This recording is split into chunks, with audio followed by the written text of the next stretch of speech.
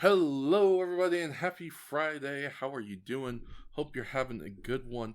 Welcome to this, another episode number 42 of a long-time watcher, first-time writer. Are you excited? I hope you are. I don't really. It's not that important. You don't have to be excited. It's just cool that you're here. Anyway, we got the crew. Be excited, damn it. Oh, okay, I'm sorry. You ready tonight? Show some enthusiasm. Let's go! No, not you, them. Oh, okay. You in the imaginary crowd. I want to hear some fucking noise. Yeah, let's go. Let's go, gamers. Let's go, gamers. Scream for me. That should have been the Half-Life death noise, and you know it. Well, no. This is a podcast. Yeah, that's fair. Anyway, it's episode 42. We got the crew with us once again. As always, I am your longtime watcher, King Fats 95th, joined by my writer crew of Action Shakespeare. Hello. And B-Drops. Hello. Unfortunately, we are short a magical Wilco for today, but, you know, they will be back again with us hopefully soon. Until then, if you're listening to this, wish go for well, and buy them some Teddy Glams. They deserve it. She cannot make it on account of the horrors. Yeah. You see.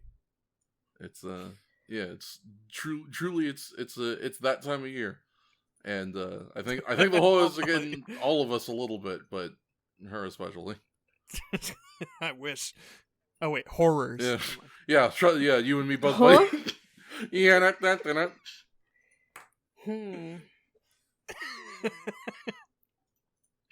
We've trapped B in a hell of his own devising. A little decorum, if you please. We haven't even finished the intro yet. Come on. Alright. Yes, episode 42. This is a big one. We're triple stuffed, like an Oreo. Do they triple stuff Oreos? Oh god, I hope not. Let me Google it. I want to say no, but it feels like a thing that would have happened. It definitely seems like a thing that would have happened. Just in case, I'm going to cover my bases. So they don't have something called triple stuff, but they have something called the most stuff with one F for some reason, and it is more than a double stuff. Like me on a Friday night. Ostensibly, it's I at also the House of Horrors. I also see something called a triple double, which is like structured like a double burger. Oh, okay, sure. Like a Big Mac. Make an Yes. Oreo that's just impossible to eat. Sure, fuck me, I guess. Or you just disassemble it like any other. So you guess, but I always wanted to having an odd one out. I'm eat normal ones. I'm the freak who's waiting for them to sell the cookies and cream separately so that I can buy the cookies without the cream. You know, fair, honestly. Oreo cookies are just kind of tasty. They're very good. I would absolutely yummy down on a package of just cookies that were a little bit thicker with no cream. The creams are just pucks of powdered sugar. They're not bad, but it's just not generally what I want. I don't know if I like the chocolate cookie enough to really demand it. I would say I think having just the cookie crumbles would be good for like putting in not the cookie crumble. That is to say to crumble them into things. Oh, for sure. Like ice cream. Yeah, ice cream making an Oreo cookie crumble crust for your cheesecake or pie. Oh, wonderful. Yeah. Oh, we've gotten distracted already. Are you hungry yet, audience? we went from sex jokes to food. All of our vices. Yeah, really. Just kind of got them in one. Welcome to episode 42. Yeah, Vice City. Yeah. Christ. Thank you. Anyway, yes, it's episode 42. Triple stuffed like me on a Friday night or an Oreo, take your pick. We are watching 3 episodes of Kamen Rider this time. Those are episodes 88, 89, and 90, but I have them in the wrong order because I'm an idiot. Interesting. It's here's the weird thing is that I saw the 88 and then I saw the 89, and for some reason my brain was like, and obviously next over here is 91. And instead it was 90 in the middle, and then 89, and I was like, oh wait, I fucked up big time. There's no episode 90. Yeah. Or there is no episode 89, I guess. Yeah, we don't talk about episode 89. I guess, no, we gotta. Unfortunately. Yeah, we very much it's so one of the ones we can't skip. Yeah. But yes, we're going to be talking about 88, 89, and 90. Those are Eerie, the bloodthirsty black... Take another one, how about? Eerie, the bloodthirsty black cat paintings. The terrifying Operation Pet, send Ryder to hell. And the terrifying Operation Pet, Ryder, SOS. I hear them crying. There you go. How about that? Y'all fuck with WWE back in the mid-2000s? Only through a video game. Yeah, that sounds about but right. I will say I heard Kofi's theme a lot in that one. Listen, so Kofi's theme is good. Fair cop to them. It was good. Jamaica Me Crazy Kofi. He was great. Yeah. Good old Kof. Hope you're doing well, Kof. Out there. And making millions. You know who's not gonna be doing all that well? The people who show up on the next part of our podcast, the death count with B-drops. Oh, I think they're better off than the rest of us. Just kidding. Ha ha ha ha ha ha ha. Listen. Like we said, the horrors. How I wish they'd come to me. Yeah. Oh, how I wish the horrors would visit me in the night. Oh, yeah? Oh. No. Now we've activated. I'm going to be a professional. On to the death count.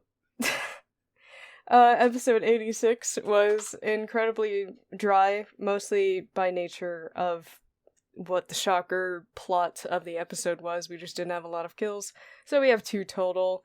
1 for the big bad, and 1 where, for whatever reason, when a mook gets decapitated at the end. That was wild. That was cool.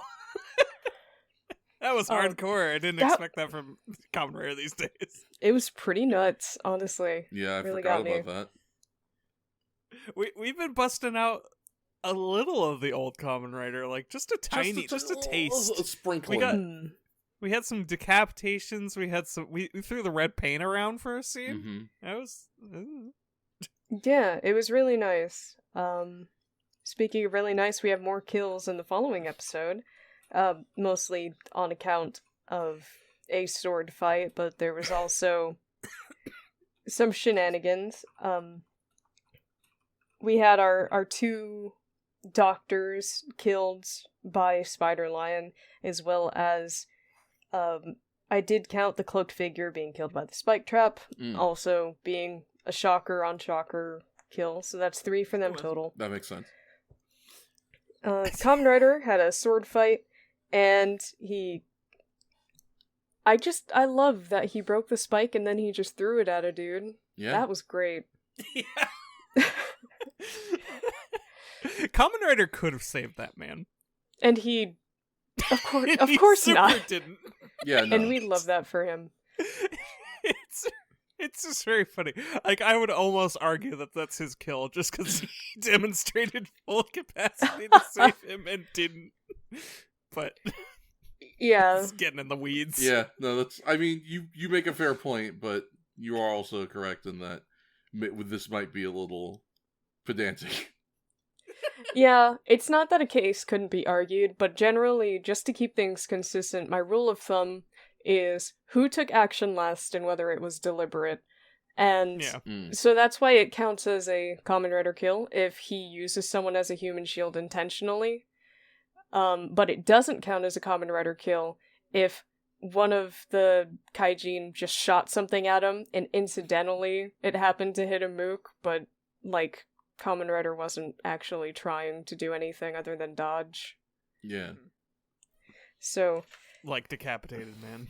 Yeah, Decapitated Man was absolutely a shocker kill. Just kind of standing there.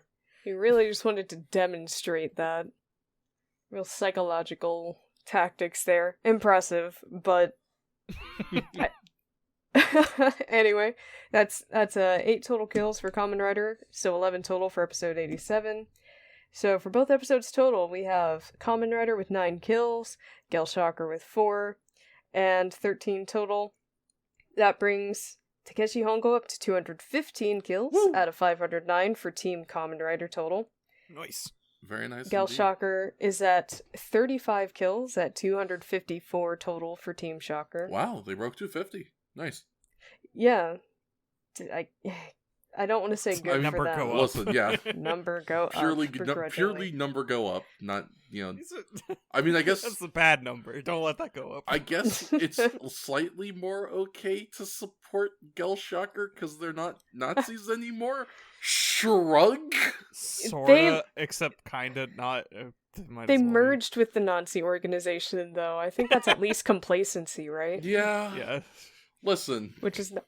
Nazi merger. There's got to be some barrier between like reality and fiction. I am the kind of guy who is very much so a fan of villains. I only own 2 Dragon Ball Z figures, and one of them is of Frieza. You know, the guy who does a genocide. Yeah. And it's not because I agree with genocide. It's because I think Frieza's cool. So like. There's gotta, at some point, you gotta be able to draw a line in the sand. How could you condone genocide by buying a Frieza figurine? Listen, those fucking monkeys had it coming. Yeah, you would say that. Jesus Christ. Well, that brings us to a total of 813 kills as of Kamen Rider episode 87. I wasn't there for the last episode, so I guess I want to just play like slight catch up every once in a while on those. I guess the main thing I wanted to say about one of those, the Spider Lion one, it's a Kamen Rider does like 0 good. He saves nobody. Every target they targeted died. Yeah. Except for him. Yeah, he definitely just kind of didn't make it on any of them. I really thought the second guy would I really thought the second guy was going to survive. We were all surprised. Yeah. Especially given that he was already under Kamen Rider's protection. I know it was 100% supposed to be something that boosts up Spider Lion as opposed to make Kamen Rider seem less competent, but I didn't feel like there was a good enough excuse. He just kind of like let the professor out of his sight intentionally. That Kamen Rider always bungling the. you know Hongo. He's always fumbling the bag. What a silly Billy. The notion of calling Takeshi Hongo a silly Billy. Please, Silly Billy is my son. Call me Silliam William. Yeah. It's extra fun for me because now, post having watched all of Venture Bros, I can't hear the word Silly Billy without thinking of Henry Killinger. Yeah. You're such a silly Billy. Your rider kick won't work on me, you silly Billy. That'd be fucked up. What an awesome crossover. That'd be such a good crossover. It'd be such a bad crossover. Awful things. It'd be a wild crossover because they would have to sit there and acknowledge how much killing that Kamen Rider does in the way that I feel like Kamen Rider fit right in. Yeah, no, it's there's true. There's so much like wanton violence in Venture Brothers, and they don't pull back on it, but they are self-aware about it to an extent. And I feel like they'd have a lot of comments about this sad cyborg man turned against his will by a Nazi organization in the 70s who's just killing them in droves. Just hordes of dead Nazis. The thing that's fucking me up thinking about it is Kamen Rider is like at the exact perfect age, having come out in 71. He probably knows the action, man. He watched the Rusty Venture show. He might have seen it, yeah. He was in it. He's probably That done, or like, he's- 1 or 2 missions with, like, Kano and Colonel Gentleman. Yeah, alright. And they're like, Probably. we don't know about this guy. Yeah. He won't really listen to us for any reason, and he's ridiculous. He's a bit of a loose cannon, but he gets the job done. Yeah, like if Yeah. they think the Action Man is ridiculous. God, yeah. Yeah, the funny thing about if Venture Brothers tackled Kamen Rider specifically, or, really any toku, but really all they'd need to draw on is the first 3 episodes of Kamen Rider or the manga. Yeah, pretty much. Like, where he is just like, I have to kill every one of these people. I must murder Okay. every Nazi. Alright, buddy, Yeah, well, let's tone it not down a bit. go back to Japan. Wait, I you guys think are he's got Nazis. sand.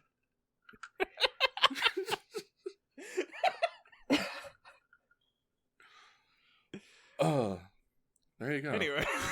Anyways, please watch Venture Brothers and Kamen Rider. We like to talk about both. It's true. They're both good shows.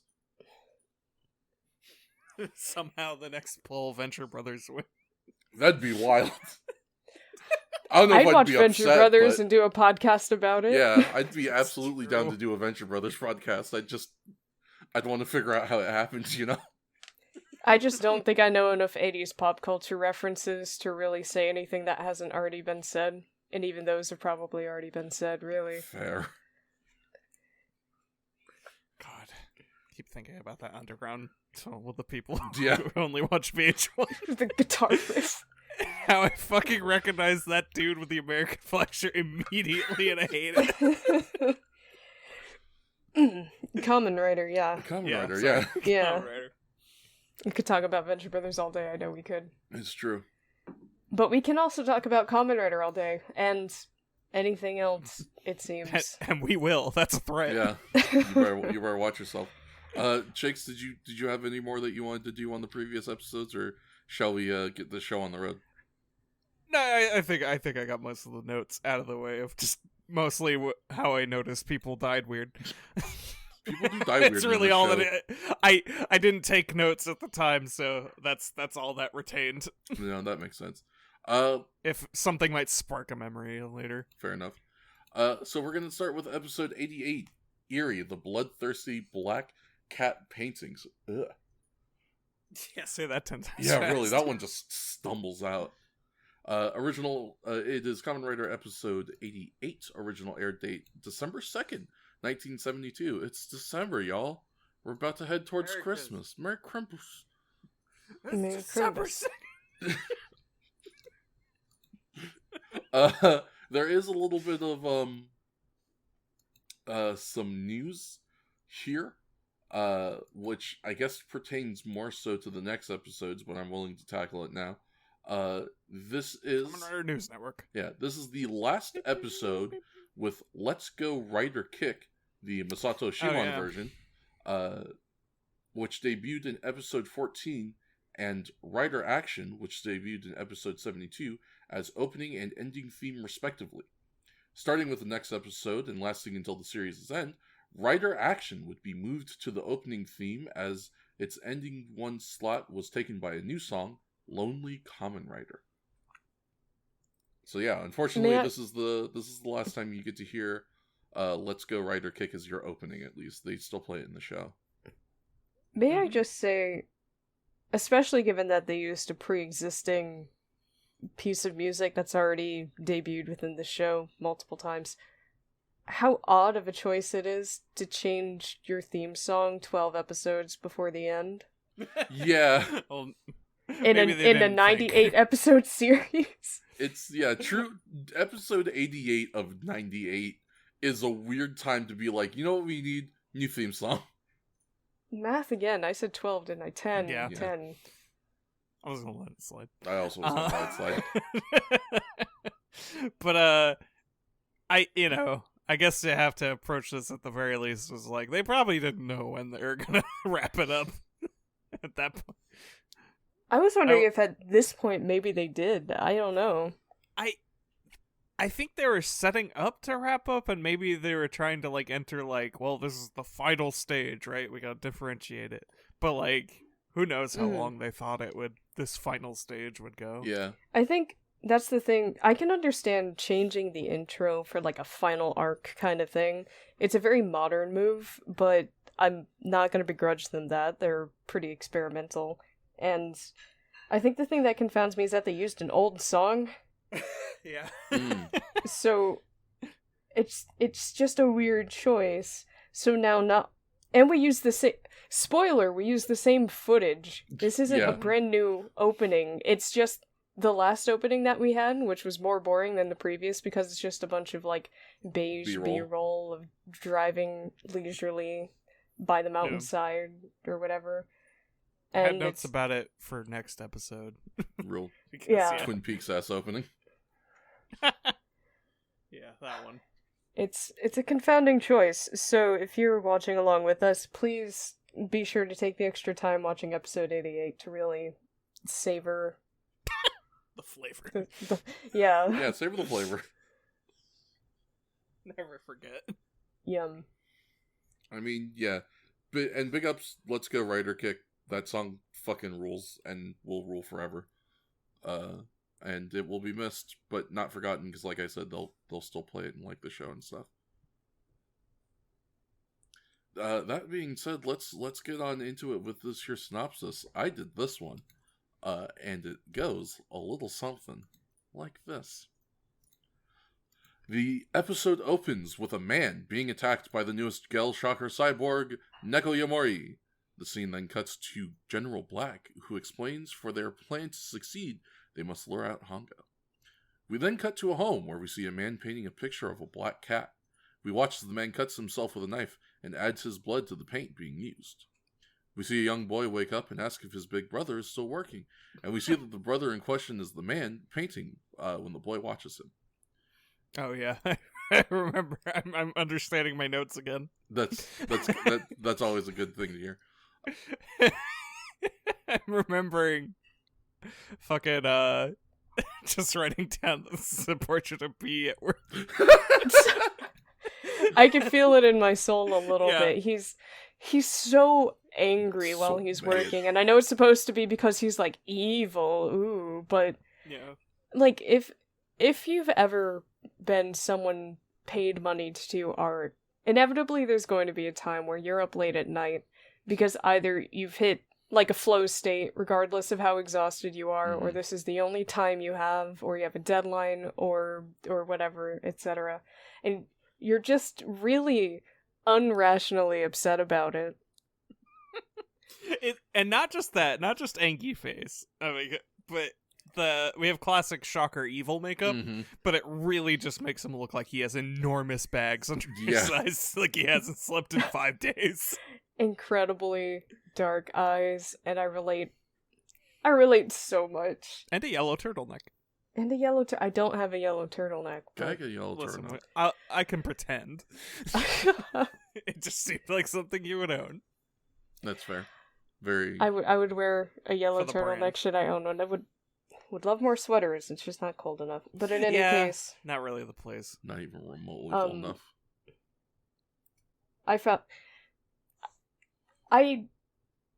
Why did I write this down? Because I remember thinking it's in poor taste for me to say this. Well, now I'm curious. When he uses his palette knife to cut himself, I was like, this is such bad technique, bro. Oh yeah. Yeah, he goes across the street. Yeah, He goes straight across with a palette knife, I guess, is the number one point. He's using a dirty palette knife. Yeah, you're gonna get some stuff in the bloodstream, my guy. So maybe that's the point. Like, I know this is supposed to be gross and wretched and you know, a horrific sight. I just can't help but think, like, for some reason, my thought was, if you're producing these paintings, you're going to need to continuously heal and resupply the blood, right? You're not making it easy for your body to do this. Yeah. He's got to make those Kiss comics. You gotta understand. And this is a stupid criticism, and it's I don't think it really is a valid thing to say, but that was my honest thoughts watching this scene. If it's any consolation, it's very in character. This is absolutely a thing that I would think that you would think in this situation. That's not sustainable at all. This is a terrible technique. It really is, and I'm not sure. You can't see it. He has a giant jug of orange juice. He's got so much orange juice. So much Bro, orange my juice. man He just takes a nap between scenes. Stocked up with orange juice and cookies.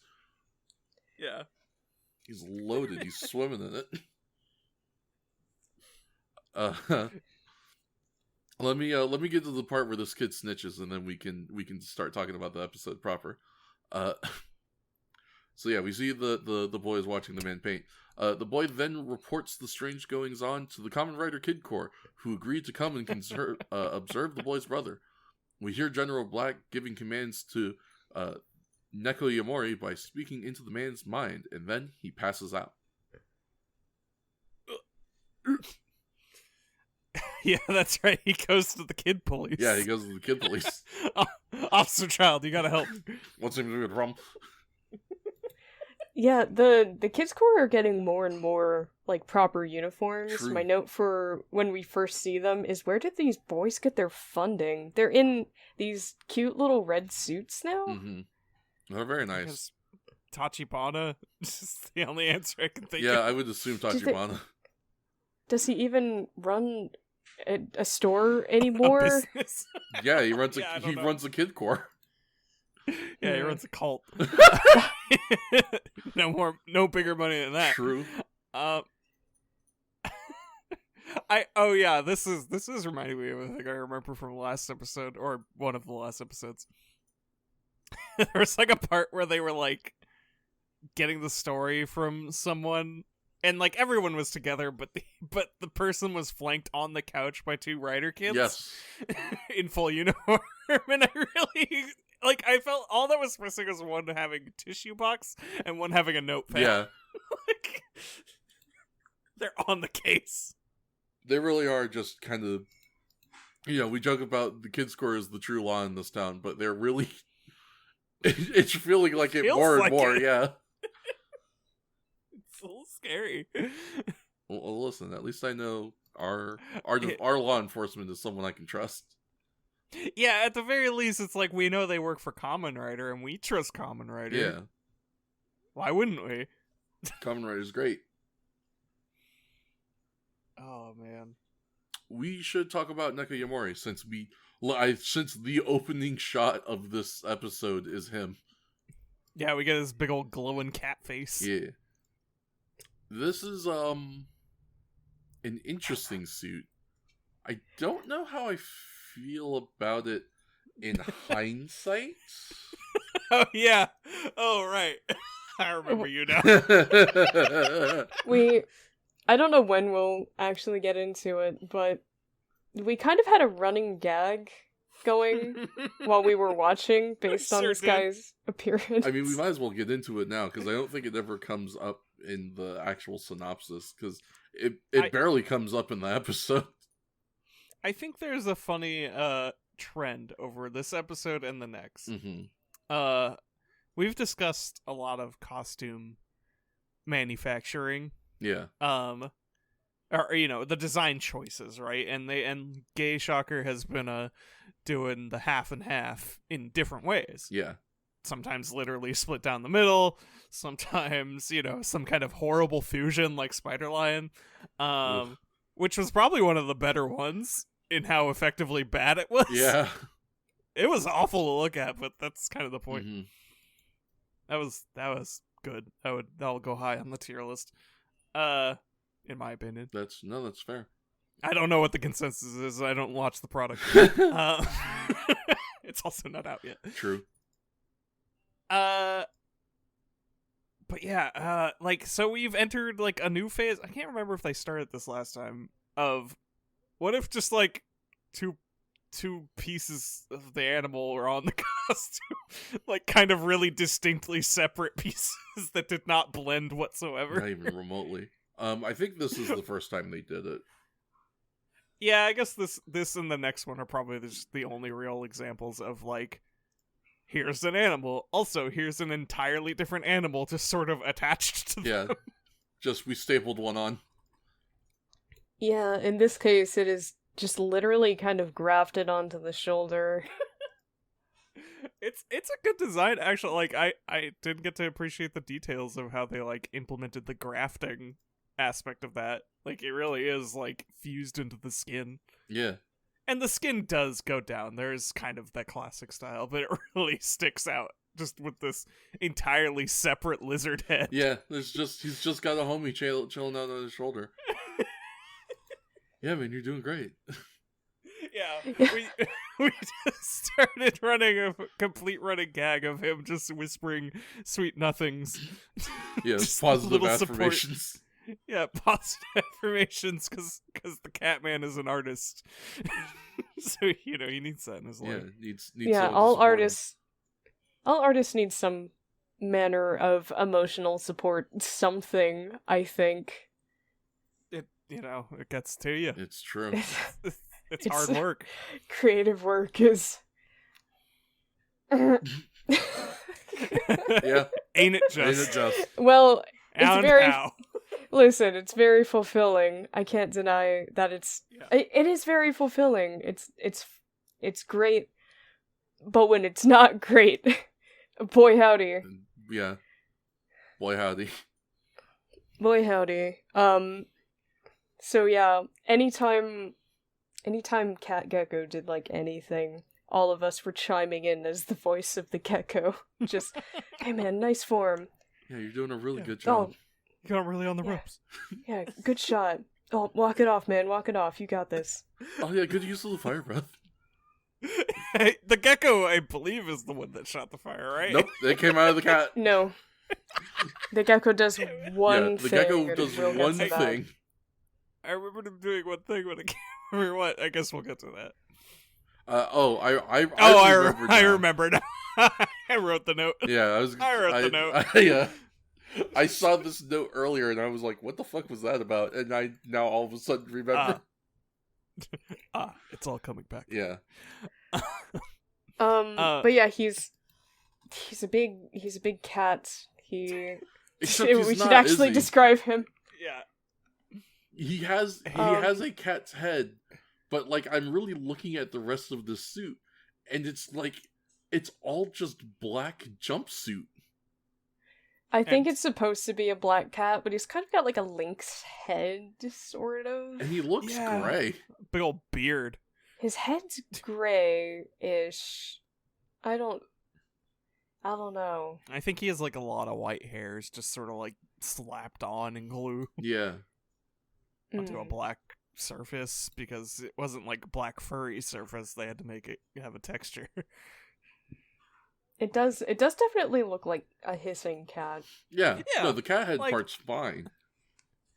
The gecko doesn't look like a gecko. Not really, it's no. like a Komodo dragon head. Yeah. It's like a turtle muppet. That was deep green. Yeah. I guess the rest of his body is definitely the gecko also. Now that I'm looking at Yeah. it, he has just kind of like this wrapping of gecko skin around his black jumpsuit.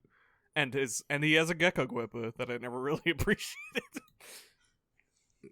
It's just so hard to look away from the one entire gecko head. Yeah, Whipper. from the man. The man, the myth. King of the positive It's just affirmation. there. Yeah, he's I- just there and he you know, supports you.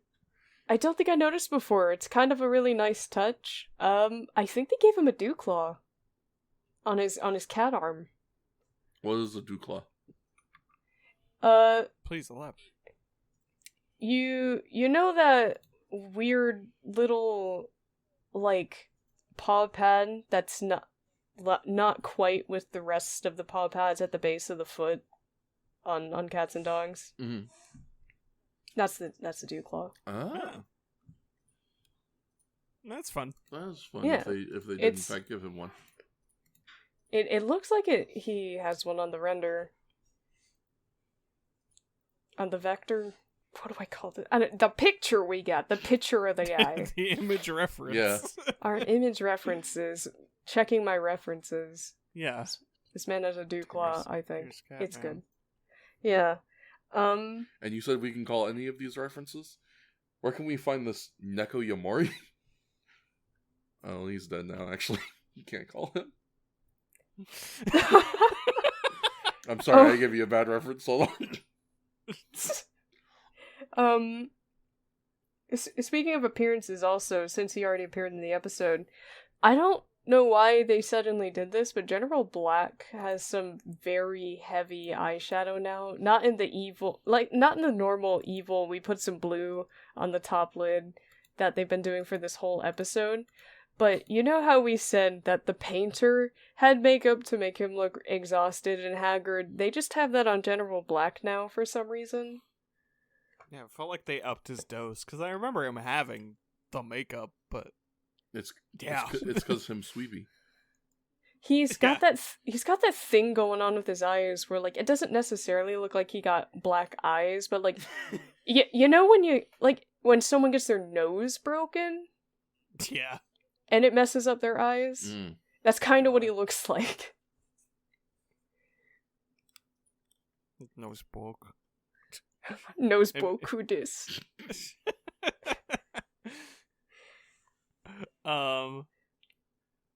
Man. This man just caked in makeup. Yeah. It's so weird. And he's really up in his eye twitch game. Yeah. He's gotten better. It doesn't look like winks anymore. It's incomprehensible, but yeah, it looks better. It really doesn't play into anything, but more power to you. More power to you. It's still weird that they gave it to him. I'm not, like, crazy for saying that, right? No. It's just a strange choice. I don't understand, because he doesn't have much in the way of, like, characterization. At all. Yeah. At all. He's just another fascist leader. True.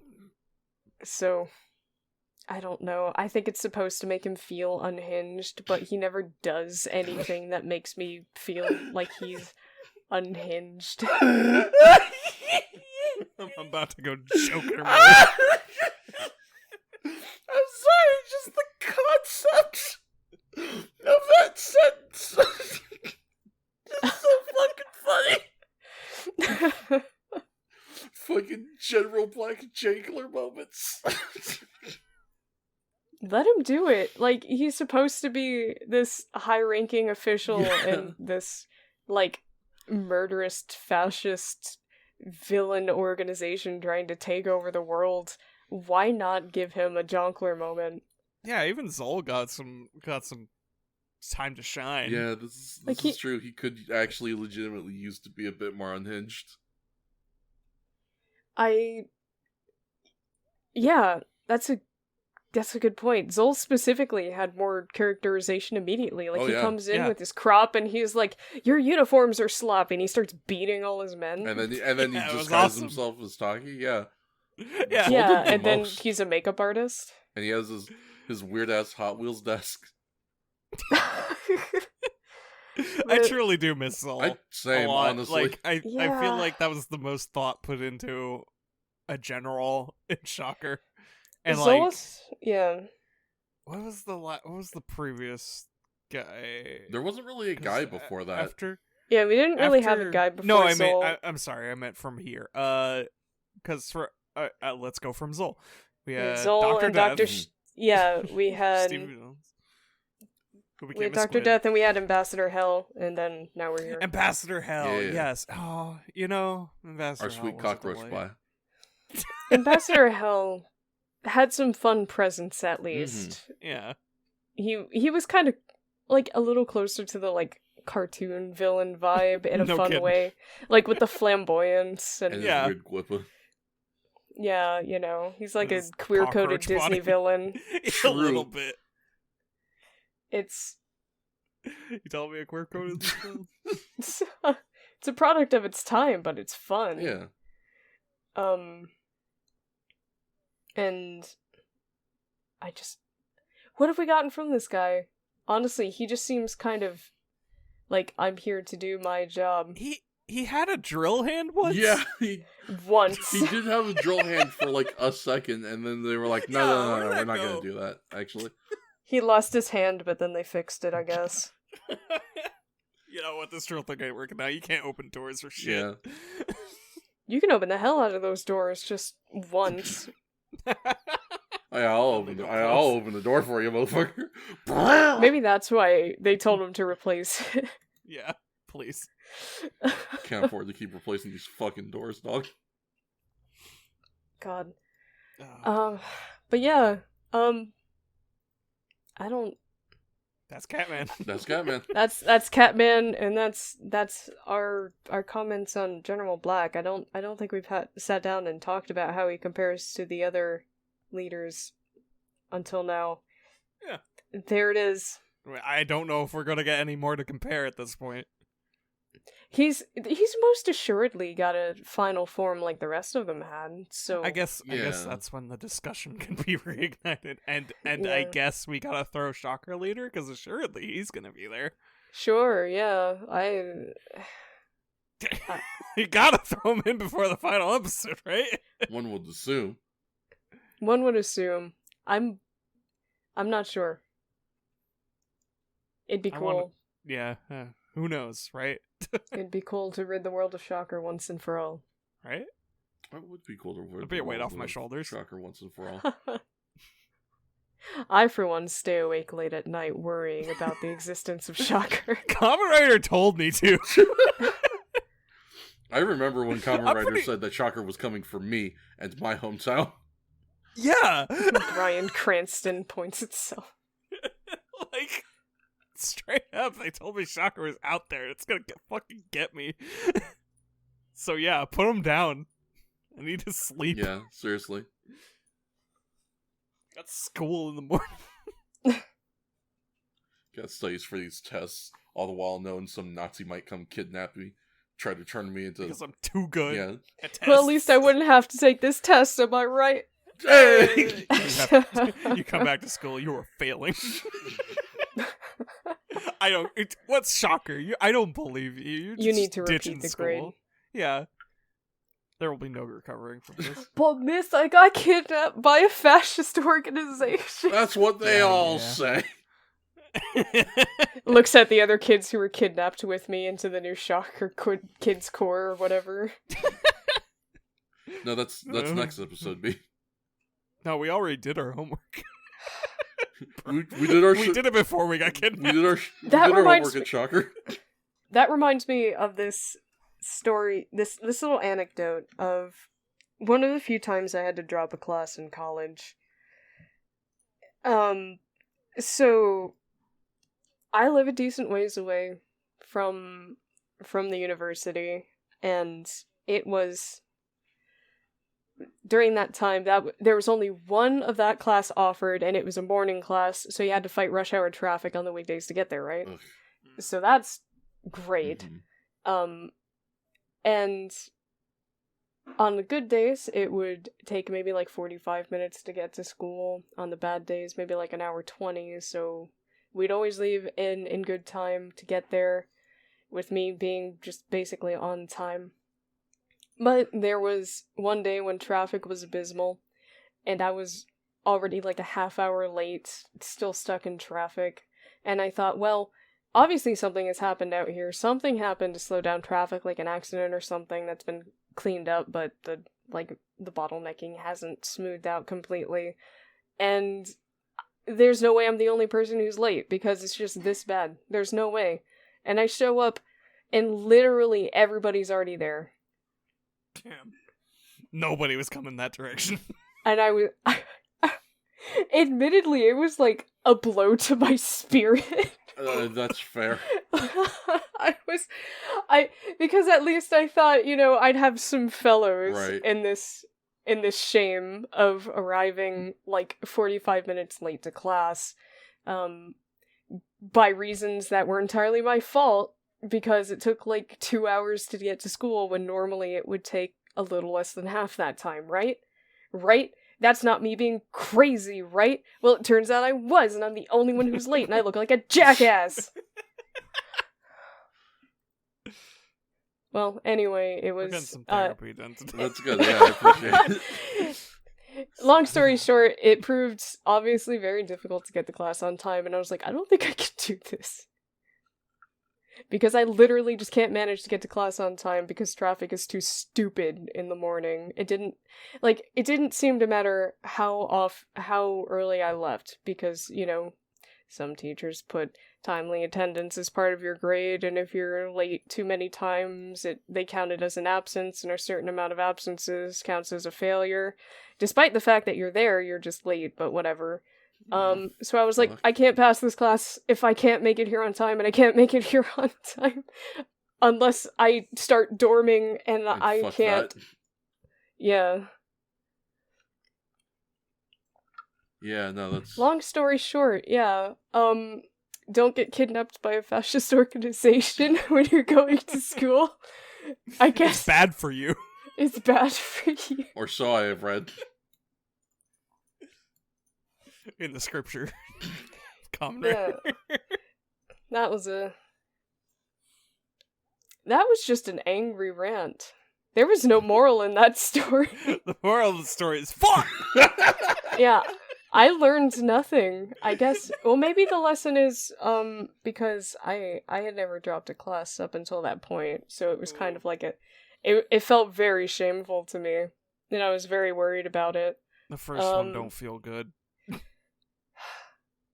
And I guess, I don't know, life has a way of throwing wrenches at you, and it's not the end of the world, even if you never thought it would come to this, because I was definitely the kind of person who took my studies very seriously. I took, like, minimum full course load to get my benefits, and then a little more each semester, because I don't know what I was trying to prove. But you know what? It doesn't matter. Wait, no, I'm trying to make this positive, I swear. Okay. It's okay. It's okay, you know? The moral of the story is that it only matters that you pass. It doesn't matter how you do it. And I didn't pass. I dropped. No, the class. I was getting to that. I was gonna say sometimes that means you take one less class than what you were taking, so you can, you know, successfully do your course load. Ain't nothing wrong with that. Yeah, you do what works best for you, and sometimes what works best for you is not entirely within your control. And for me, I very much have this thing where I say, this isn't working, points and mirror, adapt. No. If it's not working, it didn't, find a way to make it work. Don't just don't force the square peg to fit in the round hole. Yeah, working hard is going to be 10 times better than working lazy, but working smart is going to be 10 times better than working hard. Exactly. Maybe there's a moral. Is that working smart? I don't know. You can't, you gotta bend with the storm. Yeah. You got. Where am I going with this? We have to go. Kamen Rider. What the cat doing? Kamen Rider. What's the cat doing? He's doing a murder. Yeah, he's doing a big murder. Wait, no, that's bad. They really is. did say frame one assault. My man woke up and chose violence. Like a cat, yeah. you know. Yeah. This is just true to it. This is just how cats Supremely in character, yeah. I have one nitpick at this Pick your point. All right. I was Cashmere? staying silent. All right. Fair enough.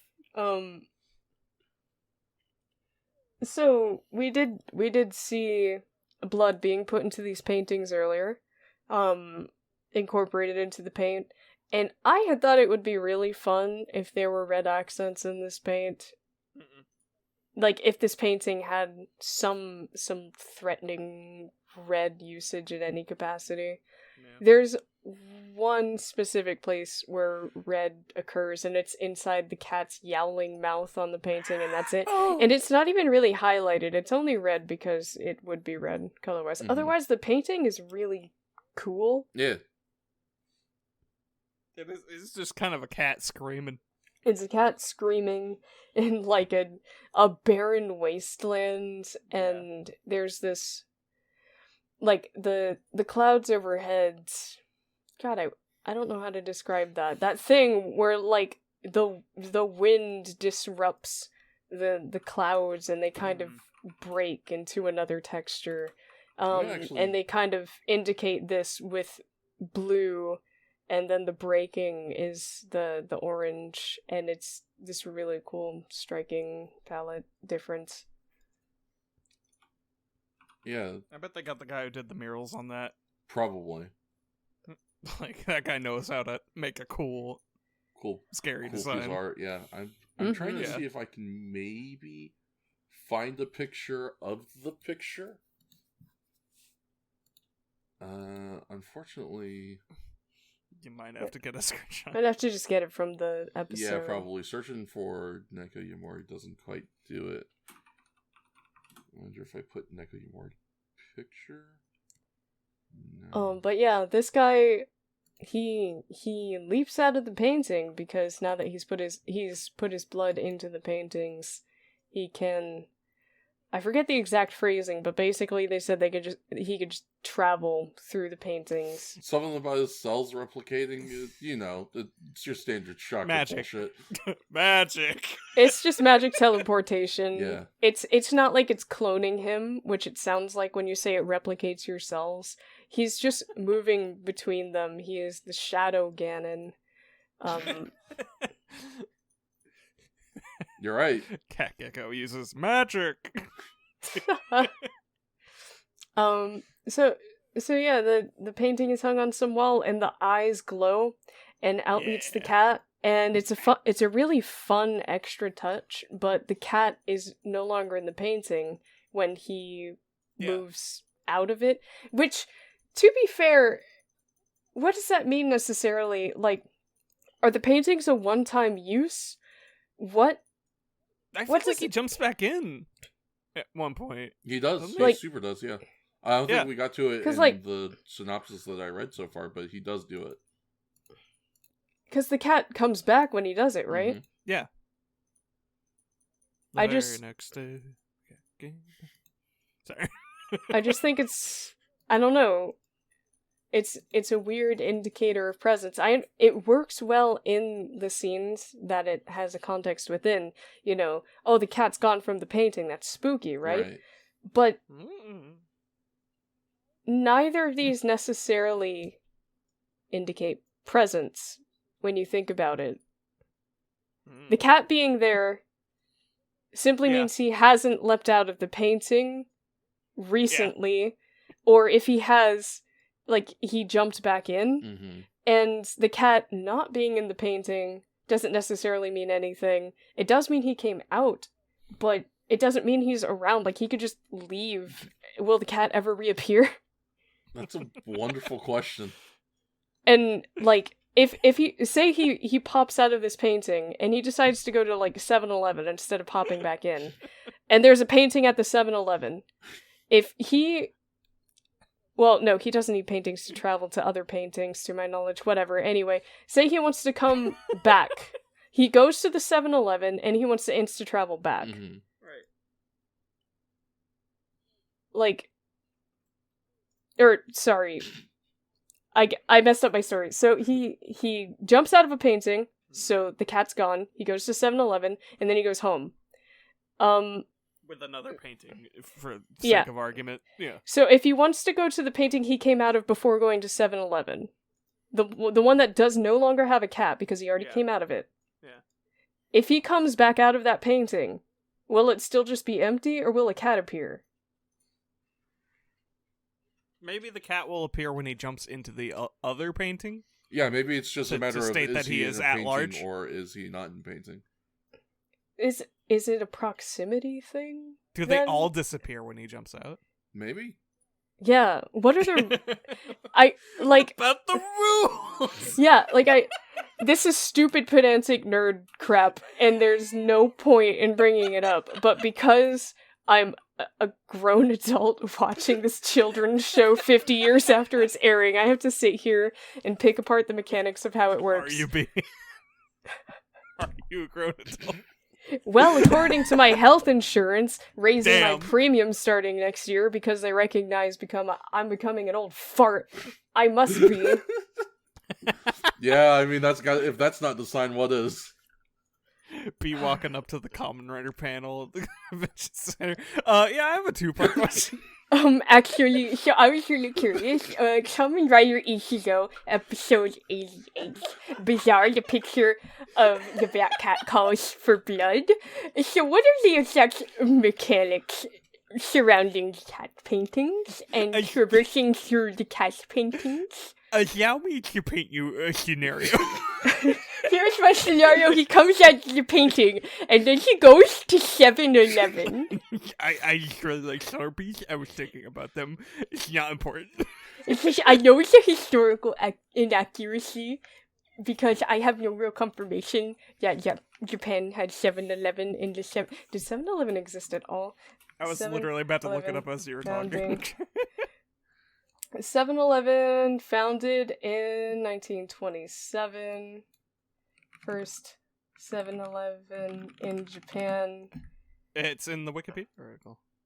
Opened in 1974. So not quite This yet. is an inaccuracy. It's very close, though.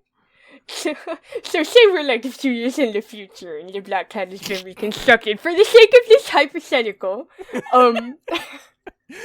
You don't know why I'm so fixated on 7-Eleven, I'm sorry. Why are you so fixated on 7-Eleven, quiz boy? Why not simply the mechanics of these paintings are all over the place. I don't think it was very adequately explained. It really breaks my immersion. Maybe the kids are too stupid to care, but I do.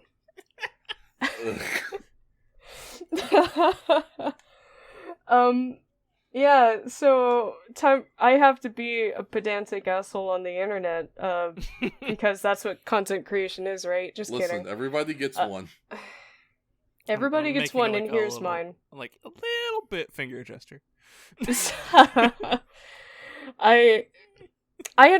it's fun. It's fun. This isn't a judgment. I think it's fun to go on pedantic rants. It's just a fun exercise, and it's fun to listen to. Taking your brain and stretching it like taffy.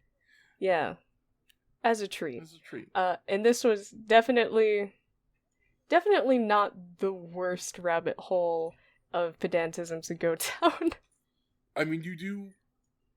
At the very least, you have a valid point, right? Like, you are right in that the way this dude's moveset works makes little to no sense. Like, at the end of the day, yes, the answer is shut the fuck up, who cares? It's a show from 1970. Back to your seat. Or what, 1971 that was, like, barely we're at explained. 2 Oh yeah, now, we're right? at 72. It's an Yes. episode of a show from 1972 that, like, is barely explained in any way, shape, or form. But, like, We're about to get to 73. yeah, we're very close to 73. But, like, you are right in that it's just like if you were trying to flesh out a world, right, or if you were trying to build on this rule set, you would just be fucking lost. It's fun aesthetics. I think it works great for the atmosphere. Oh, it's awesome for the atmosphere. And it's a fun thing to pick at, but at the end of the day, I fully recognize that this is not a valid criticism of the writing of this episode. It works for what it's intended to do. Exactly. It doesn't need to make sense. Yeah. Yeah. It's horror mechanics is 100% what this is. True. It doesn't need to make sense. It just needs to add to the atmosphere. Wow. Well, I'll my pedantic brain Oh, here we go. Mhm. will say horror should have rules, but I but this I has a do- rule. It is a rule of sorts. yeah, I don't think horror, like, doesn't need rules necessarily so much as I think it depends what kind of atmosphere you're going for and who your audience is and how important this mechanic is to the atmosphere you're building. Right.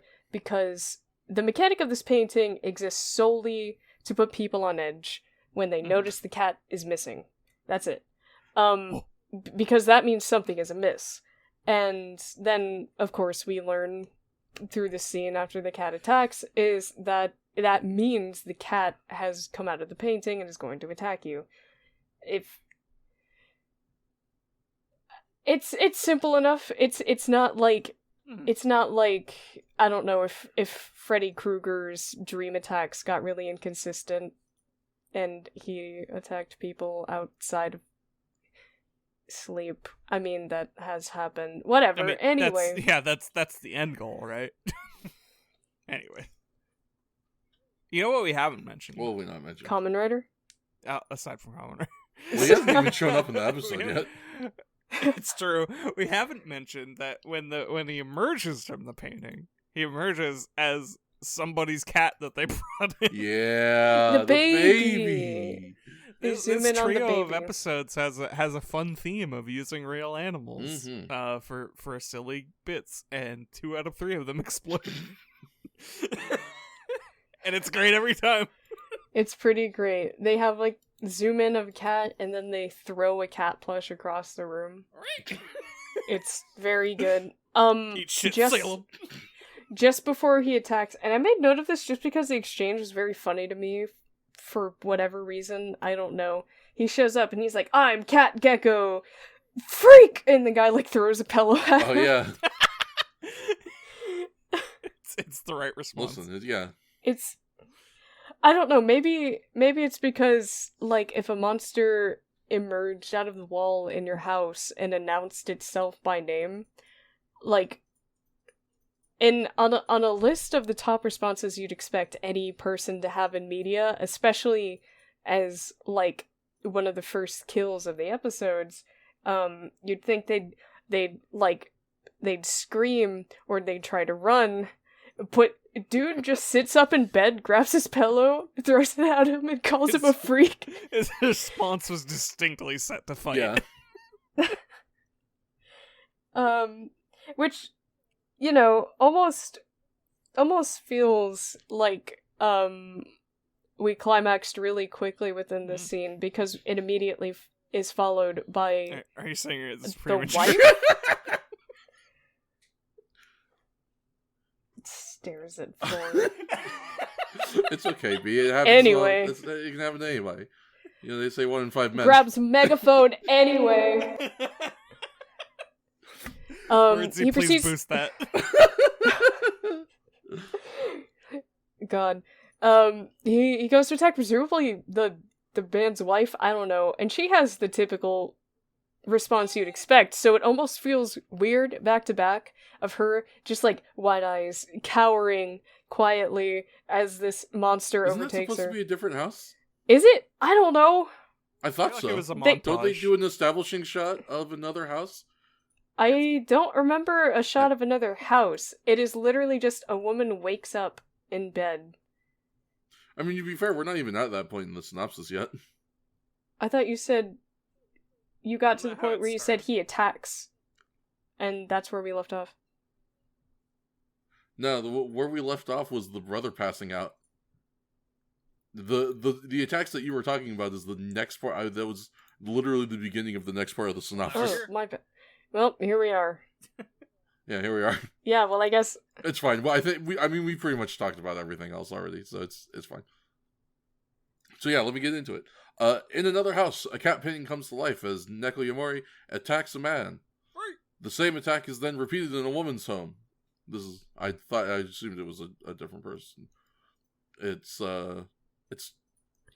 hard to write out because they don't give you a lot. It's literally just like one shot and then another shot. it literally Uh, cuts from killing the man to the woman waking up, which is why we were confused. Is it a different house, or is that the woman in her bed beside his?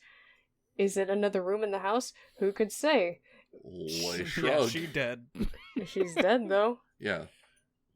That's all they ever focus on. That's true. It's probably the exact same set, no matter what they intended. Oh, for Wait, sure. let me check the bookcase from each scene real quick. We're scrubbing. Because, Now we're getting really pedantic. yeah, one moment. Because he looks, he sees the painting, and he's like, ah! And the eyes glow, and we see a baby. We see these awful 70s curtains. It's terrible. Destroy that home decor. Okay, what is that? That is, they have this weird... Okay, I think... Scrubbing, sorry. Da-da-da-da-da. How about those cowboys? No!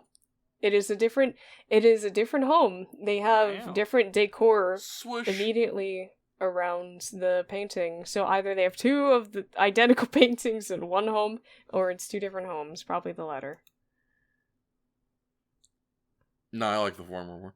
We got two. We liked it so much. They fought Cat's over who screaming, gets it. look at it. Yeah. Love screaming Looks cat. like he's the dude from Death Grips. Oh. Anyway, we watch Nagayamori transport back through the painting. Back at the Gel Shocker base, we see General Black tell Nagayamori to target Hongo. Hongo arrives at the kid's core, and Naoki tells him how the boy, Satoru's older brother, has been acting weird and then collapsed. Hongo asks Tachibana where Taki is, and he tells him he is on FBI business guarding an upcoming scientific You work for the conference. FBI? Yeah. What the fuck? You never told us this. Listen, there's a lot about me you don't know. Hongo hears about the murders Nagayamori has been doing on the radio, and after going home, he is attacked by Nagayamori after finding one of his cat paintings. I don't know how they got that in there, but that's what happens. It's, they threw it through the window, like everything else. That does seem to be their MO, huh? It was attached to a knife. A really elegant knife. Yeah. Well, how do you think they hung it up? Yeah, exactly. Is that how you hang your paintings? Is If that I got not a how you hang your choice. paintings? No, I don't abuse my knives like that. Oh, No, these are special hanging Or my knives. walls, technically.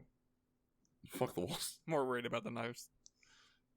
I Priorities. mean, yeah. Knives are expensive. Yeah, Take care of your knives, y'all. it's good think- advice. It was definitely at this point where I was just like, what the gecko do? But we won't get to answer that until the final fight. We'll... Um, Yeah, they really hold on to that one. Yeah. I had a couple notes for when Takeshi shows up, and I don't know why I wrote this the way I did, because it references what we said while watching as opposed to what actually happened. Of course. Mm. Because it was a really, like, sitcom entrance where he, like, enters Yeah. the room and everybody's already there and they're like, yeah. And, I think it was Shakes who probably said something about, like, a cheering or a clap track or something, and my note reads... No, that one was mine. I Oh, remember okay, that. okay. That was probably that one. Yeah, I think Fats came in and led. But yeah, I followed. Yeah, well, because I just kind of... He opened the door and I just went, Hongo! And for some reason, my note references that instead of the episode, and it says I too clap when Takeshi appears. Because, like, going back in the episode right now, I'm like, why did I write that? Nobody clapped. I clapped. I clapped when I saw him in the movie. I clapped in the theater and everyone hated it. Kamen Rider V1, Kamen Rider V2, I'm gonna come. There are a couple of movies that they've done at this point that are basically just that. It's just like, hey, honestly. kids and also adults, do you like Kamen Rider? Yeah! You want to see all your fucking favorite Kamen Fuck yeah, I Riders? do! Rider Man! It's Rider Man! I clapped, I know him! That's what happens when you run a thing for 50 fucking years. Damn straight. Yeah. Oh, incredible. Yeah, truly sitcom entrance from Hongo on this one. It was wonderful. They should have clapped.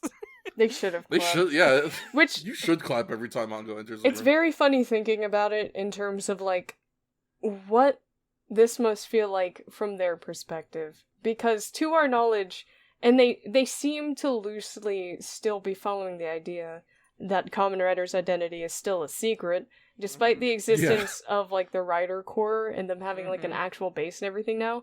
So what do they think of Takeshi Hongo? This guy who keeps showing up and promising to help all of them, but as far as they can tell, can never follow through? They gotta know, right? Like, it's gotta be, like, one of those things where, like, when your parents find out something that you were keeping secret from them, so they also keep it a secret. God. Like, it's got to just be one of those things where, like, yeah, we know he's a Kamen Rider. He's We're all just humoring Hongo like he's a 5-year-old. Yeah. It makes him feel better. Because how could you not? Especially with, like, the way they act. With, like, he is the end-all be-all of the Kamen Rider Kid Corps. Mm-hmm. Every time something goes bad, who do you tell? You don't tell Taki, you don't tell Tachibana, you go tell Hongo. And, like... And it's like, well, what the fuck is he supposed to do? To our knowledge... And then suddenly Kamen Rider shows up? Is he the guy who knows Kamen Rider? Is that their perspective? Yeah, he's Peter Parker. Yeah, they keep having him tell people that he knows Kamen Rider. So I assume they just think that we tell him and he tells his buddy Kamen Rider, which just fits in real flimsy with this. Mm-hmm. I guess maybe they do rely on him, because Kamen Rider does always come and save the day, so they're like, oh, Takeshi did his job. Shit, maybe I guess he does know. I guess he does know. Yeah, Kamen Rider showed up, so thank you, Takeshi, for going and getting your friend. But our go-to. He's our go-to. Without him, the Rider Corps is dead.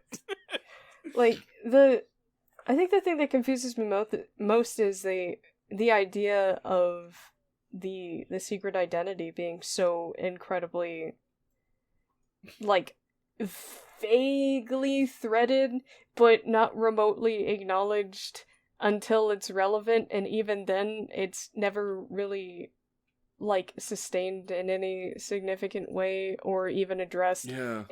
Which feels weird to me, because this is the 70s. Like, the idea of the superhero secret identity is not remotely a new trope at this point. So, I don't know if they didn't know where they wanted to take it, or if they were flip-flopping on whether they wanted to have it. Because early on, we had a very clear idea of who knew that Takeshi was Kamen Rider. It was Tachibana, and that's it. Yeah. It was like... I guess, like, if you want to expand the I know Kamen Rider thing, I think it's understood in the core that Tachibana and Taki know Kamen Rider in some you know. So it's like, these three dudes are our guys. They're our officials. They're our senior members. They know Kamen Rider. They will get in touch and warn him of the emergencies and wear their eyes. But, like, yeah. And also Mr. Taki's kind of cool. It's, you know, Taki's pretty cool too. He's I guess they know he's in the FBI. They know he's in the Japan Action Club. Yeah, they don't know he's in the FBI, but they know he's in the Japan Action Club. Yeah, he's a government worker. He has to sell people. But like, the secret identity feels compulsory from a writing standpoint, and not cared about whatsoever since the shift from episode 3 onward, because I could see how it would fit into the notion of I'm a freak, nobody can know about my terrible freak cyborg illness. Because it'll make them think different of me at the very least, and it might endanger people. But now it's just sort of like, well, superheroes do that, so they gotta. It's not going to drive any action whatsoever. There isn't a damn thing that's going to happen in regard to this knowledge.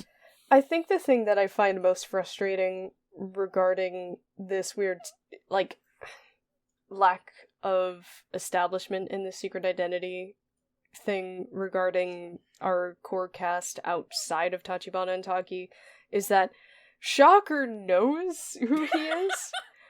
Real.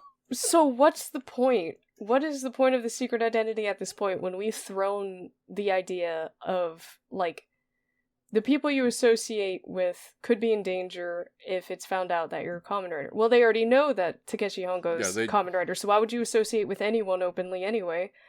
Unless you simply aren't going to let that stop you, in which case, Godspeed.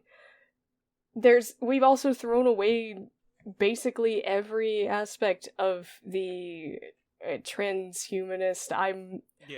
I'm unsure of my ability to fit in with humanity. I'm a freak and I'm a danger to others. Like, that's not even a concern anymore. So why are we in this weird, dubious place? I just feel like everyone here should know that Takeshi Hongo is Kamen Rider. I don't know why we dance around this. Yeah, it is definitely like weird and poorly done in this series. It's definitely something that they do a lot better in modern Kamen Rider. In so that, like, for what few Kamen Riders they do establish, like, a secret identity is a thing, they are a lot more clear about who it's a secret to, who it's not a secret to, and, like, what would motivate them to keep that a secret.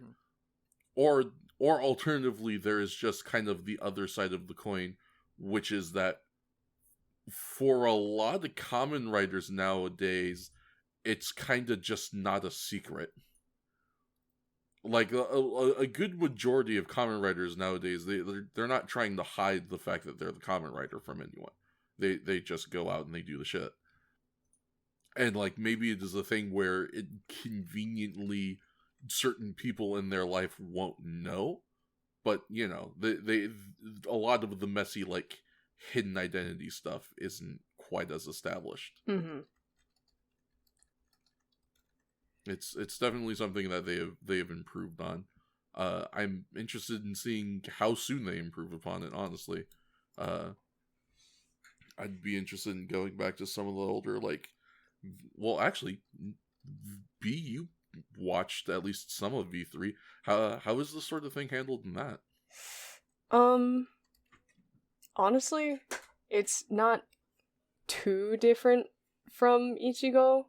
They start off with a relatively clear delineation of who does and does not know. But as the cast grows, there's this kind of, I don't know, this environment where it's assumed that everyone knows that this character has a connection to V3, but, like, nobody aside from I don't know if I should spoil who it is, so I'll just say the right hand of V3. Like, they're the only one we know definitively knows the identity of V3. But, yeah, we're still playing in that dubious space. If they keep working with people who consistently deal with all of this, it is, I believe I've said before, the Rider Corps is still there in V3. And they it's actually really expanded upon their, to an extent, actually. I don't know how far this is going to go, because they've gotten a lot more relevant than they were when they were initially introduced in Ichigo, but V3 really relies heavily on the presence of the Kid Corps. Like, it's a whole ass organization. So I'm assuming it's going to take them a little while to really find their bearings on doing anything aside from, I don't know, that's the guy who knows Kamen Rider, shrug. We're just not going to question that. Or it would be more fun if the truth is like what Shake said, where, like, everybody kind of, it's like an unspoken understanding. Yeah. But nobody acknowledges it for the sake of being polite, I guess. Yeah, I feel like my own theory just doesn't hold up with the way they write the girls. It's a shame, because it's way more fun if that were the case, but yeah, like, obviously, whenever it comes up, they're truly, yeah. I care them, but the show doesn't. It's really beating me down. It's really beating me down. I love Choco, for all that she is. But She's a girl that eats, and that's it. yeah, and I appreciate that in its own way. Yeah. Yeah, I do too. It's just that's all I get. and I think that's all we're ever going to get, because it's probably more than any of them have got. Like, when the last batch of Rider Girls got introduced, they sure had at least unique traits, even if the show, like, really didn't bank on them. Yuri, Machi, and Michi all had a thing, at least. What are their things? Ooh. Was that playing cards? No. No. Oh, shit. Not them. No, we're talking about the dog leash batch. No. That is why I demand you tell me what their things are. I don't remember the third martial art, because Yuri is the black belt in karate, and Mari was the fencer, but what was Michi? She Oh, you're talking about our first set of Rider Girls. Yeah, I said Yuri, Machi, Michi. Okay. Well, because you said the last set. and the set There's right been a gap. Yeah. I guess yeah. that's fair enough. God, I'll be honest, I have forgot about those girls. Have you I forgotten remember that we have dog two leash. groups?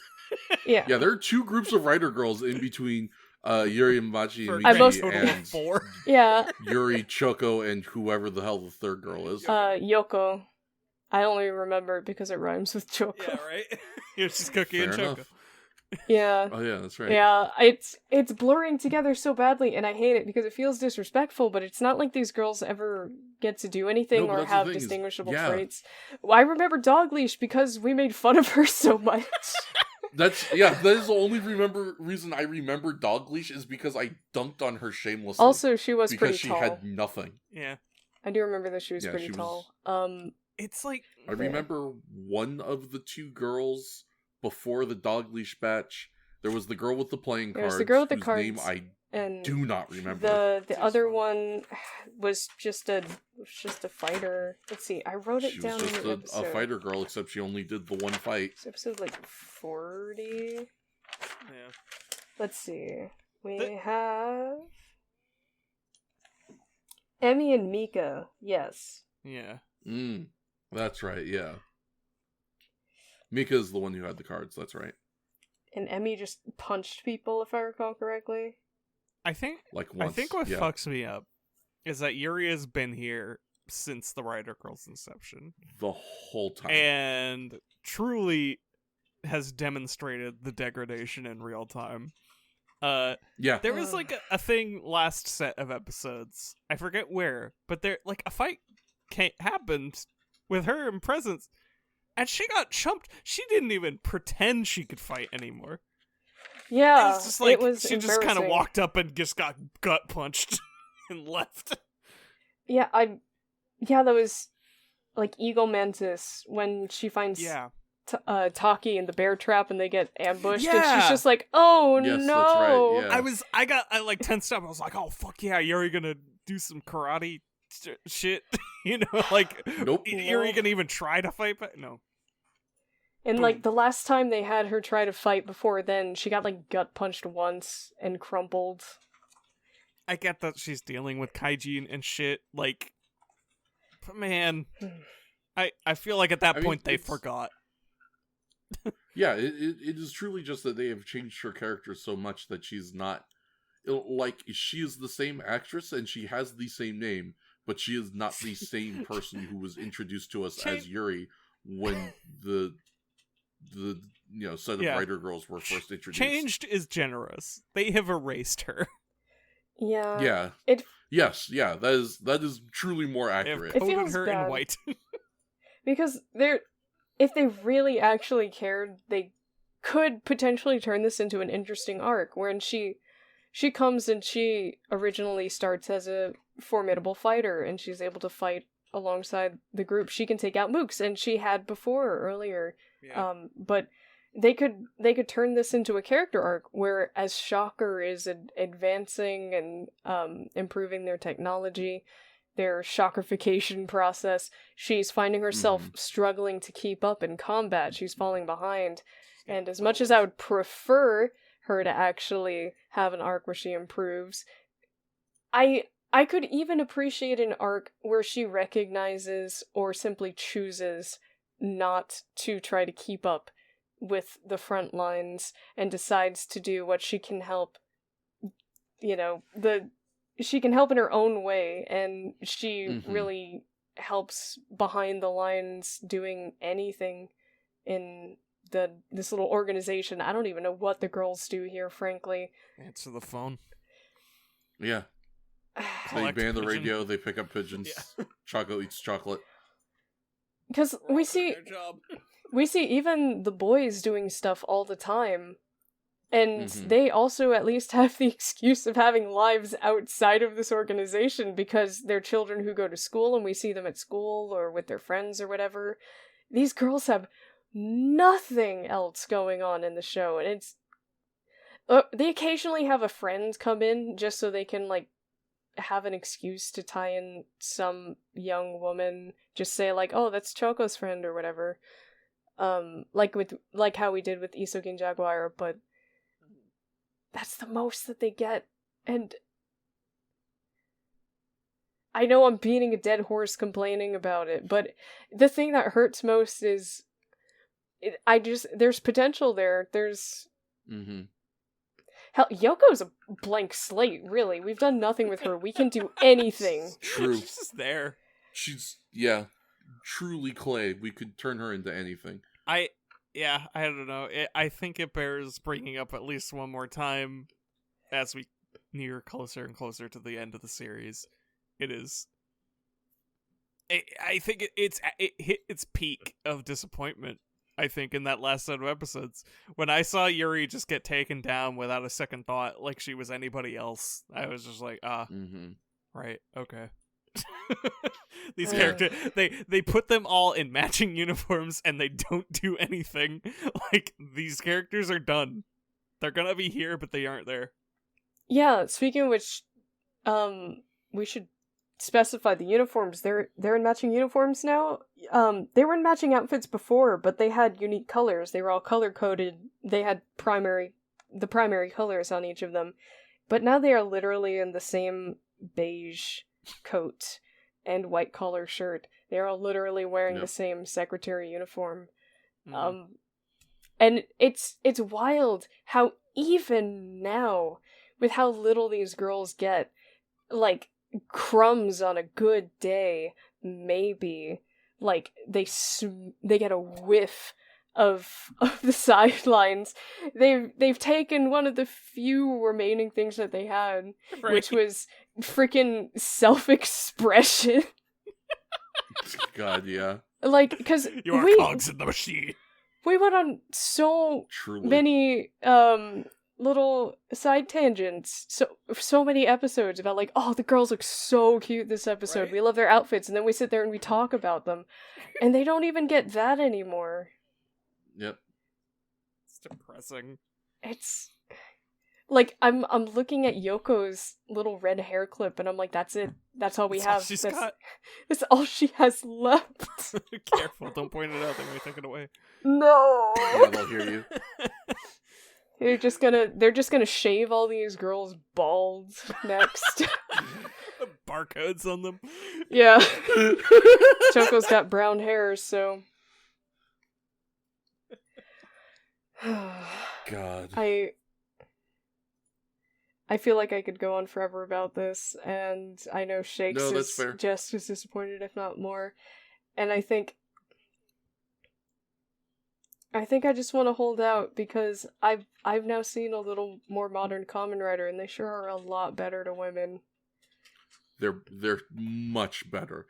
I was gonna get to that, honestly, is that truly the one kind of shining grace in this is that modern Kamen Rider is so much better, not only to female characters, but also just to even the characters who are supposed to take the place of, what Yuri, Choco, and Yoko do in this show. You write them as characters. Right, yeah.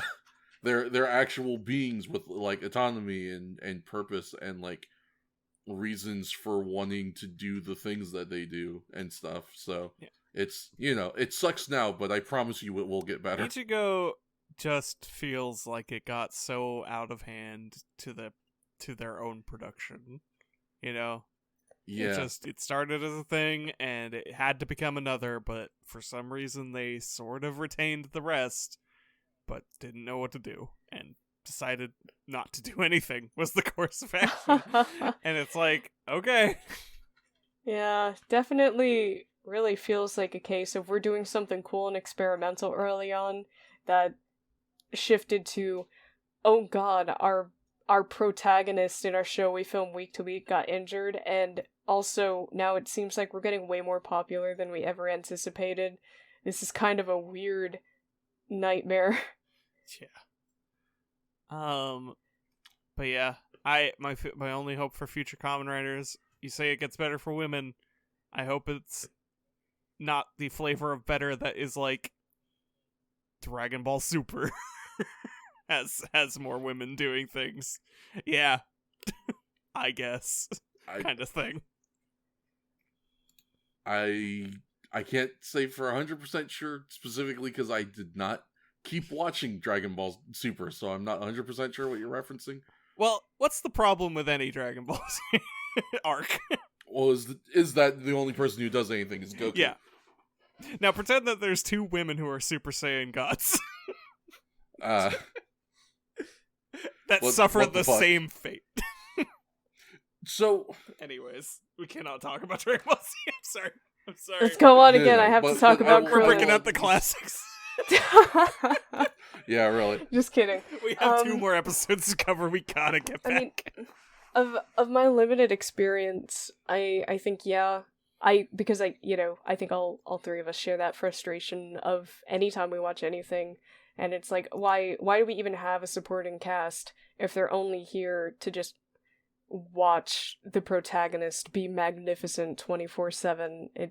It rings so hollow, especially in cases like Dragon Ball where they're well developed to the point where it's not even like us looking at Yoko and it's like she's a blank canvas, you can do anything with her. It's more like looking at Yuri and it's the whole cast of Yuris. But like I'm sure King Fats could elaborate on this much more, but I'm very hopeful for all modern Kamen Riders with the limited experience I have. Has been quite good. Yeah, you don't even know. You haven't gotten to the good shit in Revice yet. I think I barely touched it. I know you kind of know. I barely touched it. Yeah. You kind of know, but you don't really know. I'll probably not know. I'm excited. We got to get you through the rest of Revice because they do some fun stuff with that particular writer. Is all I will say. Heck yeah. Yeah. So and to essentially answer Shakes's question, there is still a protagonist. Yeah. Is kind of the response. There is still a person who is Kamen Rider, but they aren't gonna it isn't one of those things where after a certain point everyone else just gets thrown in the trash. All of the characters are always doing stuff that is relevant. Sure. Maybe it's not as important as whatever the main person is doing, but everyone always has a job. I'm envisioning something that might not actually exist. Are there girl writers? Oh yeah, there are plenty of girls. Okay, so not only are there girl writers, there are so many girl writers that they just recently did like a special 3-episode miniseries where they gathered up all of their girl writers and were like, y'all get to do a thing. Ooh. I was gonna see, okay. That's something in that I can only assume that the girl writers are otherwise not the main Actually, character. wait a minute, I just realized it's not even all of their girl writers. They left there was at least one that was missing, maybe more. Or, well, no. Okay, hold on. So there was at least 2 that was missing, but I know one of them was missing because, 1, she's movie exclusive, and also the movie that she's in, she dies. Well. Incredible. Yeah. So there's that. But yeah, but the point is, yeah, there are a whole bunch of girl writers, and they are making more, it seems. There's the current season, Gates, right out the gates, but Tish has a girl writer. Yeah. So it's something that they are doing more and more commonly. I guess, yeah, commonly. My, yeah, my only other concern there is just like, well, still side character will never take center stage prevalence, but, the notion that there's at least like a special that features all of them acting as a collective of main characters is fun. Right, yeah, you have that benefit. The other thing is that it is only never in the context of the main show. And even then, it's not like never. Obviously, you're going to have episodes that are about them, Right. that are about their storylines, that are about their conflicts. But then the other thing that Kamen Rider is really good about doing, especially in the modern era, is doing movies and web series and stuff like that are spin-offs that are just about a specific character. To expand on their story or like resolve it or something. So you can, if you see a writer that is like a secondary or a third in a series, you can assume with reasonable certainty that at some point, they're going to be like, hey, after this Kamen Rider is done, so and so's getting their own movie where it's just about them. Maybe the other writers don't even show up. It's all them, it's all their story, it's all their conflict. So everyone is going to get to stand at center stage at some point. Maybe not as often as whoever our protagonist is, but everyone gets the light shine on them eventually. Fingers crossed, one day. Perhaps a center stage, or at least no Kamen Rider companions. Girl Rider is this is my mission statement. I wouldn't put it past them. They've been clearly working on being more, I hate to say progressive, but that's inclusive. It gets the point across. Yeah. The point is they are definitely trying to make, they kind of recognize that Kamen Rider was getting a little formulaic and they are trying to change and better it in a lot of ways. So I would not put it past them to see like next year or in a few years having a female protagonist. Do you? This isn't necessarily about the lead being a woman, but do you think they would ever make another Kamen Rider that only features one rider within the series? That's the thing I struggle to believe. That's so much revenue left on the table. Yeah. That gets into the don't forget this is to sell toys territory. Yeah, for sure. And like, listen, I'll just accept if she's center stage. Like that's all I ask. That seems she very will feasible. Definitely be center stage event. Main protagonist. She'll absolutely be center stage eventually. I think it is more girls at doing cool flips coming sooner rather than later. If you watch the modern stuff, you'll definitely get girls doing flips.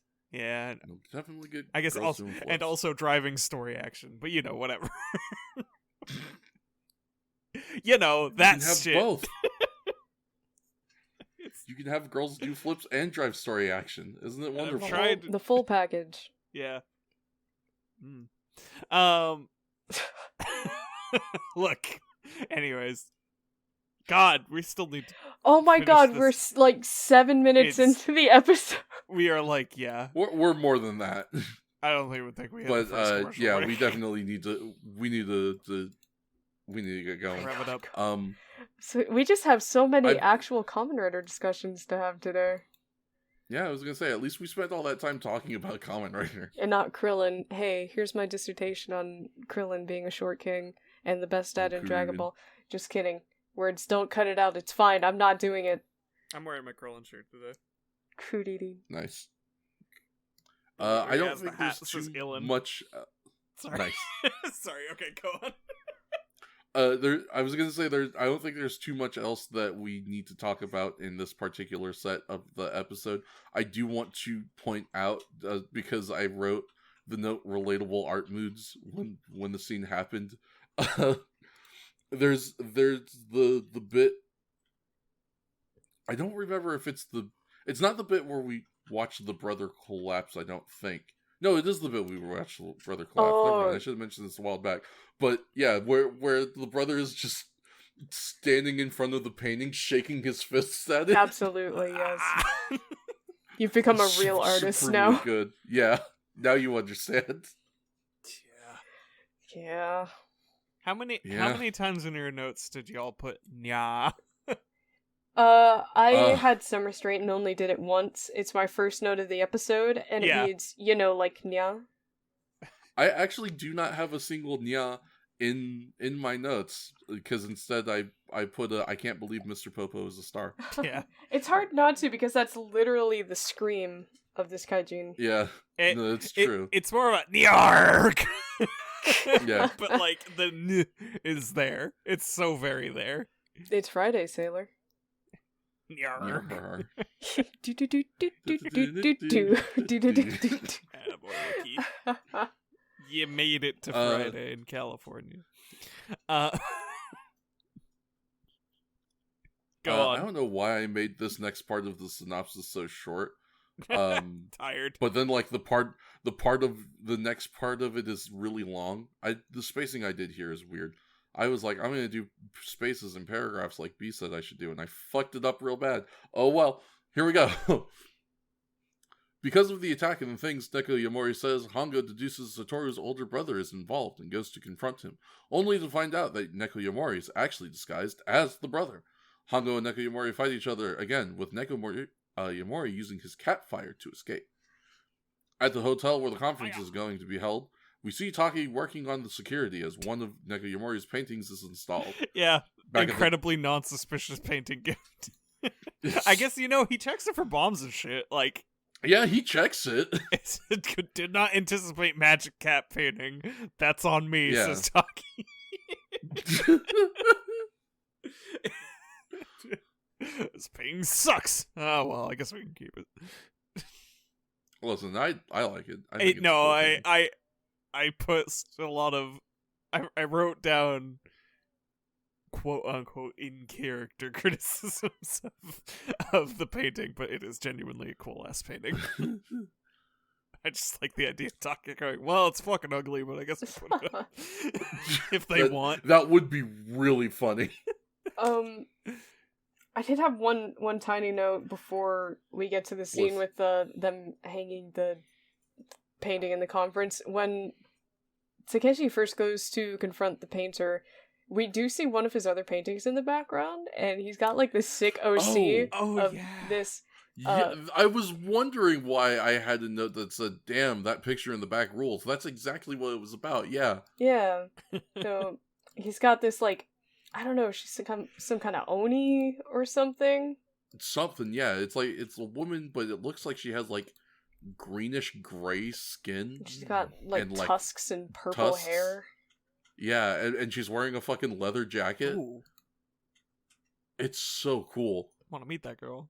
Why can't she jump out of the painting? Right? Yeah, really. And she's I didn't realize she's holding a cat. I think she's holding a cat. She should throw it at me. And she likes cats? Yeah. She has a cat? She just like me for real. Can't relate. But can date. Get a cat. I guess is my sentiment. Get a black cat, join the club. No, I'm cat. good with my goblin. My dog that is a freak. I love your freak dog. What a little creature.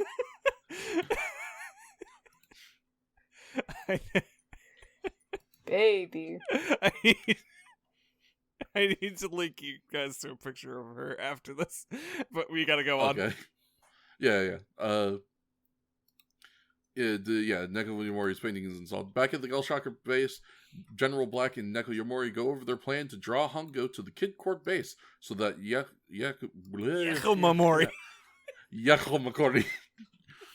so that Neko Yamori may kidnap the scientists at the conference. Hongo asks the Kid Corps if they got a painting, and they say yes, but it does not have a black cat in it. You're crazy, Hongo arrives. Hongo arrives, and the group sees Neko Yamori in his cat form. Hongo and Neko Yamori fight until Neko Yamori disappears on orders to strike from General Black. The cat form part, sorry, I remember you're being funny because they're like, there's no cat in the picture. Also, like, there's this kind of angled shot where we're kind of behind the back of the cat on a shelf. Mm-hmm. This room is so small. Like they're like kind of Yeah, looking like- that direction. That cat would just be very visible in their periphery. It would be so visible. No mention of the cat. he's There's hiding. nowhere for that cat to hide. He is invisible. What do you think Stealthy. he thinks he is? Yeah.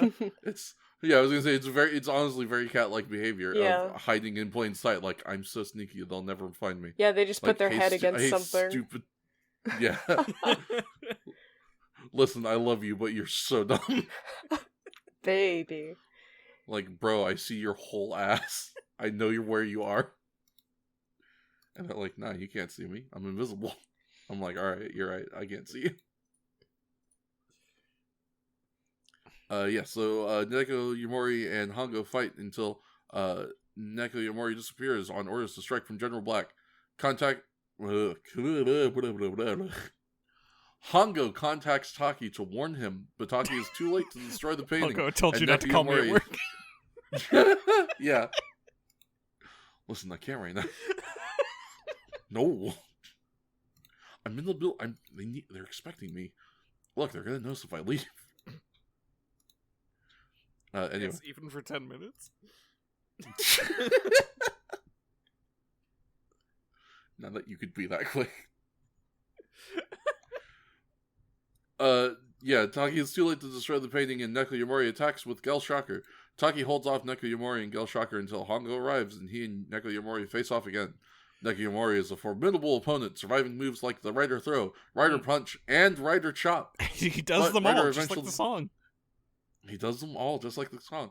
But Rider eventually overcomes him with a Rider Kick. After the fight, we see Satoru's brother is okay. It just kind of devolves into a brawl outside. Yeah. Like they start in the UN, and then I guess they just sort of end up outside. As one does. Yeah, I think As one chuck them does. out a window or something. I forget. I remember this whole situation made it really look like because they're like standing outside the doors of the UN, like the general and like a couple gay shockers, and it's like it really looks like they're just like, yeah, where's our seat? We want shocker rep at the UN. Yeah. But yeah, Well, listen, Shocker is a nation, and we want to be united. eventually we will kill all of you. But you know, we'll work on it officially. Yeah. I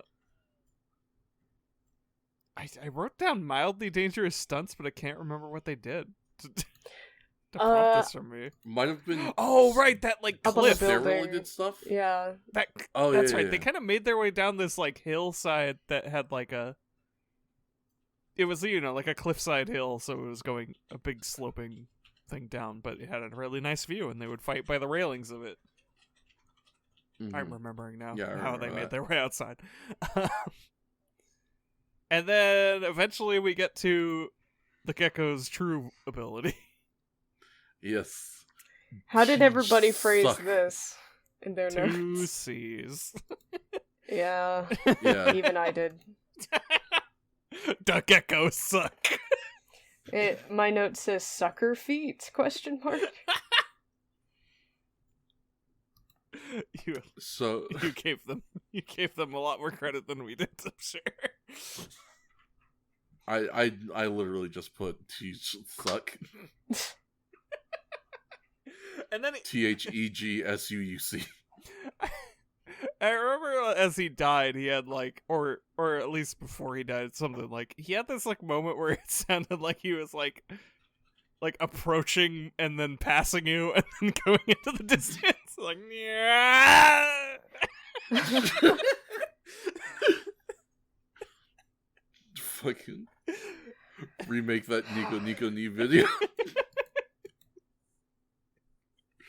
Nico.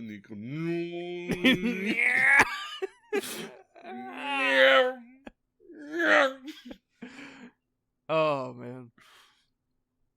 Yeah, so it turns out the gecko side does have a power, and it's more than just positive affirmations. Also, apparently, he can hit you with the sticky fingers, or Zipper Man as they call him in some countries, and he can suck your energy out. It doesn't work. Which, yeah, it's it really not successful. Yeah, it just kind of He just kind of goes, no. No. And then kicks him.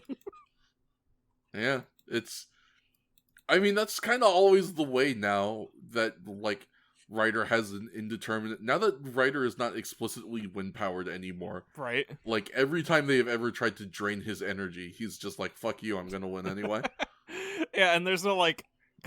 There's very rarely a clever solution to the problem presented to him now. It's like... Fucking Mary Sue Takeshi Hongo. Yeah, he just kind of no-sells it and just goes, no. I'm gonna hit you with my finisher and you're gonna take the fucking pin. Yeah, really? What's your move so I can kick out of it, brother? Alright, my wrestling quota for the episode has been achieved. Yeah, proud of you. Thank you very much. Another rare use of Hongo's mystical magical healing Rider kick that apparently he can do the whole time and just refuses to. I was trying to remember how this dude exploded, and it would, for once, no, this guy wasn't innocent, so we have to kick the evil out of him. Yeah. I'm very amused by the way he just kind of stumbles back up the hill immediately after having the cat gecko kicked out of him. Yeah. Boy, you got that cat gecko kicked out of you. Kicked out. Yeah, you ever watch a man get slapped so hard a cat gecko fly out of his pocket? Like, because he really does get kicked in the standard fashion. You'd think he would, hit the floor and blow up. And he's kicked all the way down this hilly area. and Taki's like, whoa, did you do it? And Kamen Rider's like, look again. And we just come back.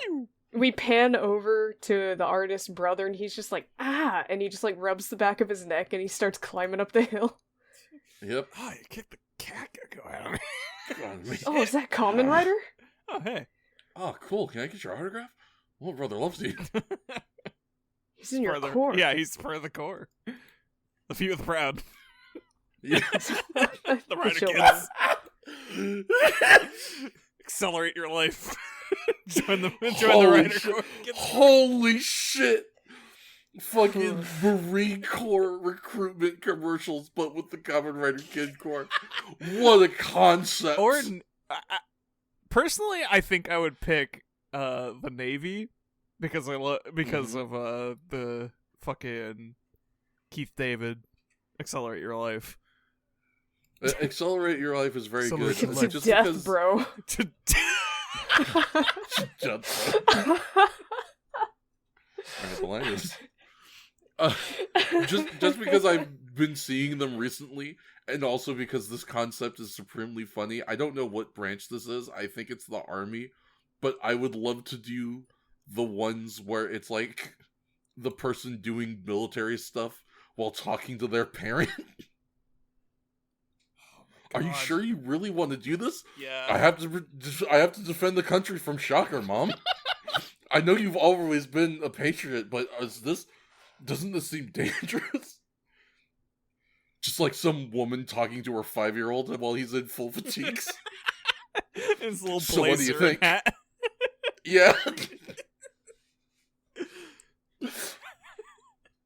Fuck. Oh man. Military hats are fucking nonsense. I hate them, truly, but they're very funny sometimes. Yeah. Evil people doing PR is truly a goldmine of comedy sometimes. It's quite a thing, isn't it? See the Chick-fil-A shorts. Woo! That fucking little Pixar short that they did is just like, what is this about, Chick-fil-A? If you think the way I laugh on this show is an affectation, let me tell you that I 100% howled in the movie theater when I saw that shit. I mean, how could you not? P.O. can testify. He was there for that one. I freaked out.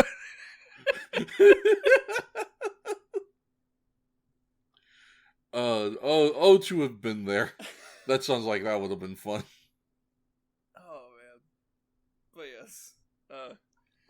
Do we have any more thoughts vis-a-vis the Neko Yomori episode before we get on with it, as it were? I think I'm good. Yeah, I think we done the damn thing. Was special. I mean, I think it was pretty standard for this point. Like, I think it was done by General Black, but which, you know, like, I like the cool new special G-Kais that they're doing, but I think it was, you know, not like particularly special for how they're doing them now. I like the trend though. It's fun. Yeah, it's very cool.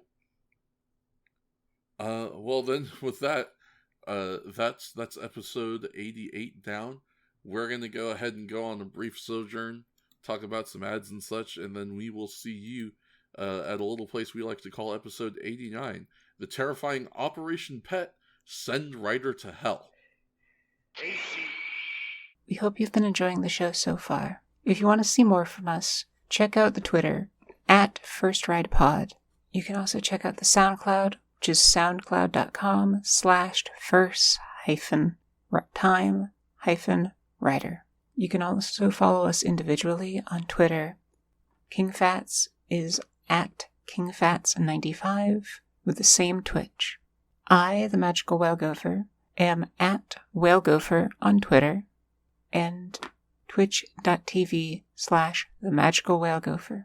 Action Shakespeare can be found on Twitter @thatgalinthehat and on her Twitch, Action Shakespeare. That's ACTN Shakespeare. B-Drops can be found @BDropsArt on Twitter, and on Twitch they can be found twitch.tv/bdrops. Additionally, if you still want more, you can check out Tales of Harbor. It is a tabletop role-playing game featuring B-Drops and Action Shakespeare, along with our editor, Wordsy. You can find them over on Twitter @HarborTales. And you may also use the hashtag to promote the show with a chance to get your name used in it. Lastly, we have a Patreon up, and any support is fantastic, and if you donate at the $5 tier or higher, you will get a shout out, and that includes lovely people like Public Opinion, RP, and Deadode. Additionally, you can find stickers and note synopses of the episodes and our individual thoughts, and it is a silly time to read through all of that and try to parse together some of our thought processes through the episodes. Honestly, a good time. Without further ado, please enjoy the rest of the show. Henshin. Hi everybody, your editor Wordsy here. Just wanted to let you know, audio up ahead might be a little weird. There was a little bit of a snafu in the recording process. I was able to recover most of the audio, so you should hear everything as normal. But first, you're going to hear Shakes talking about the intro of the next two episodes for a little bit, and then after about a minute, everybody should come back in nice and easy. With that said, I just enjoy the rest of the episode. Henshin. Yeah. I feel like for clarification, if you're not watching along, in which case, once again, but if you're not watching along, the song we were talking about is basically the end song from the previous episode. So now it just plays the same song as we move on to the next episode. The one distinction I will say is they added sound effects to all the special things, the limited amount of special things that happen in the opening sequence, instead of just being footage and music. They absolutely were not. Like, they are distinctly there where they weren't. And I guess it makes up for how much more mellow it is. It's a weird thing. Also, I wanted to remark on the shout listing of because the shout listing of the episode names are always different, like a little bit. Mm-hmm. Like they decide to phrase it differently. And these ones, these are both called, since they are the pet projects, or Project Pet, rather, but they call them Pet Strategy. And this, which really makes it just seem like it is Colonel Fear or whatever the hell. It's just a pet project that he's doing. Yeah. It's just a little side gig, like just a little something I've been cooking up. Just my little side gig, dropping Ryder into hell. I think we're trying it out, seeing if it works. Yeah, so throw some spaghetti at the wall. That is supremely good. But yes, no, it is in fact pet strategy, as in the strategy of pets, because we want more animals. And this is a running thing that is actually a thing in the plot for this two-parter. And here to tell us about this plot is our good friend B-Drops, who also provides the synopsis for this one. Everybody give B-Drops a round of applause. And it's going in a circle, don't worry. I don't know if it deserves it, but thank you. It does. And take it away, B-Drops. All right. Well, a group of young adults is enjoying an outing by Tama River when they hear a nearby canary's song. A man in the group catches the canary so that they may all admire it more closely when it begins to trill in a strange and painful tone. Oh, the man throws the canary aside. Literally, he chucks the bird. Yeah, two dudes having heterosexual fun at the lake. And they're two lady friends. Yeah. My note just reads... Yeah, my note reads queer solidarity because they only frame it as the two guys and the two girls and not a guy with a girl and another guy with a girl. We are not pairs. True. or our pairs are men and women. Well, as they say, it was the 70s. It was, what a time to be alive and gay. In the 70s. In the 70s. People, running theme, people just snatching birds? I don't understand. What? They're like, it confounds me. Hold on. Yeah. Like, you crushed that thing. Well, because you want to see the blade. Then look. Yeah, look. Don't touch. I know it's the 70s. But I want to see the blade. Why do you so crave to possess the bird? I bought this much too tiny cage for it. Crave the beauty that is absent in my own life or something? I don't know. Why must you possess it as your own? Why can you not simply appreciate it in its reverie, in its freedom, in its innocence?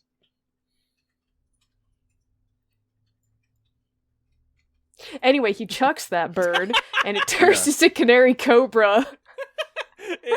Yeah, surprise! It turns out it was a kaiju. It made a really annoying sound for too long. We had to get it out of our hands. It transforms into CanaryCobra, a Gelshocker cyborg, before making quick work of dispatching with that's a slight typo, with the horrified group with its deadly venom bite from its snake-headed arm. Yeah. Because it has an arm that has a snake head on it. And we got snake attack POV shot. Yeah. like having it's like those camera shots where you have on the side of a car. At the front. So you get, the wheel shot. It's like that, but with a snake hand. It's pretty rad, actually. It's fun. I enjoy the few times we get POV stuff in this show. Which is not that often. And it's while I'm thinking about it, this is the early 70s. It's not like POV had really, truly even become, a cinematic staple in use in horror yet remotely, so it's really cool. Yeah, they're working on it. Italians might have been working on it a little more. They were doing all kinds of crazy shit over there in the 70s. The freaks. Absolute freaks. Yeah, a little bit. Godspeed. Itaki arrives on the scene to investigate with police and reports the day's events to the Rider crew, who find it strange that anyone could be poisoned during a time of year when snakes are not often seen.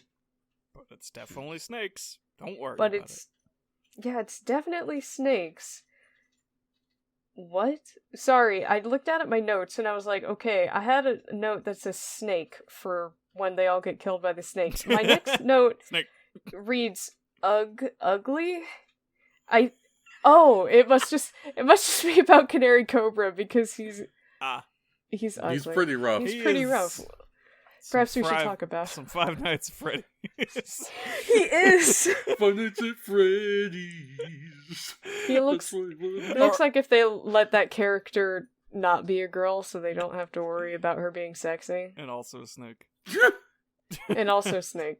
Also kind of really looks like angry. yellow gobbledygooker. As pointed Yeah. out when we were watching. One more wrestling reference. I really wish his yellow booties were just big old chicken feet. It would help, maybe. That'd be Really good. funny. Honestly, he's just got yellow boots. He's got a canary head and bright yellow boots. He's got the stupid little, like, I don't even know what to call it. I'm sure there's a better way to describe it, but have you seen JoJo Part 5? Have you seen Pesci? He looks like that guy. He's just got Which this weird aspect? tuft. Oh. He's got this Yeah, weird he's got tuft some- coming out of his head. Oh, it's Top Knot, yeah. Yeah, his samurai That's top how he knot. gets heel heat. He looks Like a douchebag. a little bit, of course. Have you seen that animation of Donald Duck rolling over in bed glaring? He's got like that face. He does. God, I was really yeah. I was straight up looking at it. He has just a permanently fixed angry eyes. He's with upset red with eyes. you. Yeah, The his original Angry Bird. bloodshot eyes. Oh man, it really is that same beak. Ugh. Oh god, it is. He yeah. is the Angry Bird.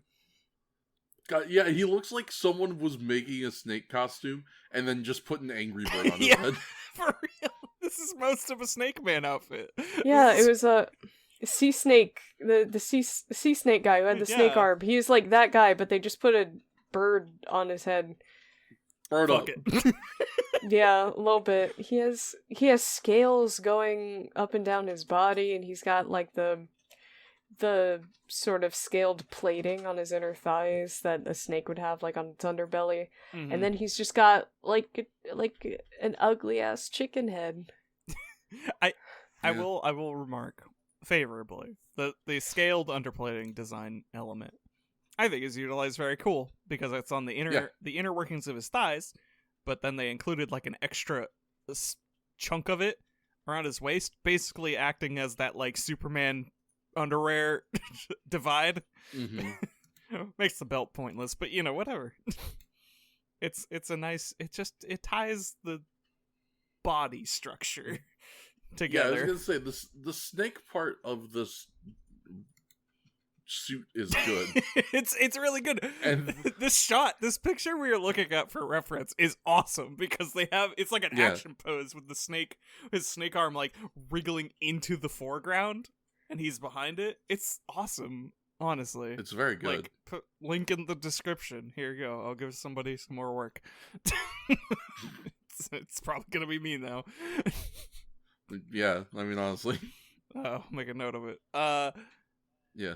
But yeah, it's just got this stupid ass chicken head. It's fucking truly. Not even a chicken. He's Truly- a chick. He's We a are chick, watching yes. Bird Up, the worst suit in Kamen Rider. So that Dun, dun, dun. yeah, that was my note. Ugly. I just, at the time, I apparently had nothing to say about this man because I think I was too distracted by Snake Attack POV. I think, yeah, it looks like my only notes about the suit are just holy fuck this suit and shout out Cobra Gundam. God. Not since Cactus Gundam have we ever seen such a green Tequila Gundam. Gundam. True. Yeah, God. tequila. Sorry, I like Macross. in any case, I'm not a Gundam fan. I like shitty animes like Macross. Jesus Christ. Wow. Watch Macross How 7 dare and, you. and That's a and great enjoy- drinking I've been game, meaning to. actually. Enjoy. It's time for a tangent, despite the fact that we said we'd be on our good behavior. I'll try to keep it brief. Hey, you may have heard how Macross is kind of known for having, like, musicians and idol characters in all of their series. Shakes and I, and a few, and Public Opinion, who has appeared on the podcast before, started watching Macross 7, and they do have the musician as the protagonist in that show. Mm-hmm. And we're what are we, 8 episodes in at this point?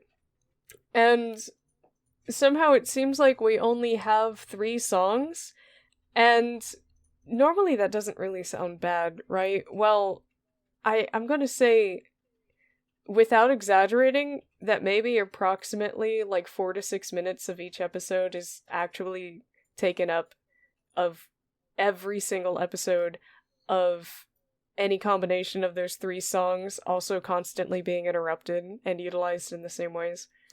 Yeah. Amazing. We were talking, well, so to tie this back to Kamen Rider, we were talking, like, this is like a parody of Toku pacing. It was insane how formulaic it had already become in 8 episodes and really was not diverting. Like, it would be like, we have like a B plot, we have like something normal going on, but every single fucking episode ends with the same ass space battle and the same ass song. Sometimes one of two would be used. It's ridiculous. We're not even 10 episodes in and it's already tiresome, and I don't mean that in a way where I dislike the show. I find it hilarious. It's pretty funny.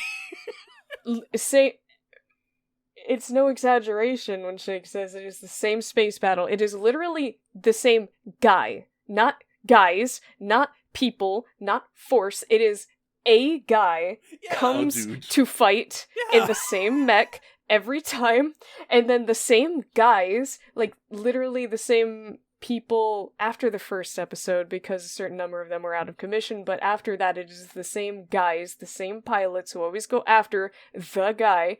And then episode 1, spoiler, I guess, I don't know, I don't think it's that big a deal, because it's not like you're not going to be seeing it forever. Main character goes out and sings during the battle. That's the battle every time. And it is one of 3 songs every time, and they never even play it start to finish, and it's constantly interrupted. Like, sometimes they do it multiple times in an episode too. It's insane. It's insane how frequent it is. And it's like, I don't even know if I would have wanted to watch that week to week. Like, it's crazy back to back. But like, waiting a week between might soften it. But man, it's rough. Just like, they're taking their sweet ass time for something to actually happen. Like, I get it. It's like, oh, it's a repeated skirmishes from a mysterious enemy, and this dickhead keeps he sucks. I kind of love him. Insisting on doing things his way and butting into the thing, and basically, I think what he thinks he is doing successfully, like, he thinks he will succeed with this, and it is just making them retreat, and therefore making no progress happen for the heroes. Outstanding. And yeah, that's all we get. That's all we get for 8 episodes so far. And like, we get like my other stuff, but that's our fighting. That's our grand conflict progression. Yeah. So basically, choose your pick of any of those 3 songs, and anytime he starts singing it, you take a shot. Oh, you're going to be killed within I am 3. going to choose Totsugeki no Heart, and I will die within 4 episodes. Totsugeki! That's Totsugeki no Heart is the most played one for sure. Let's go. It's Saturday night, I just baby. want you to know. You guys said Macross 7, right? Yes. Okay, so I looked up Macross 7 because I was curious about it. Mm-hmm. There are exactly 3 ratings of Macross 7 on Google. Oh boy. 1 person gave it 5 stars. Yeah. Nostalgia, 1 person maybe. gave it 4 stars. And 1 person gave it 1 star. Absolutely. I'm going to say I'm loving the show so far, and it is not because it's good.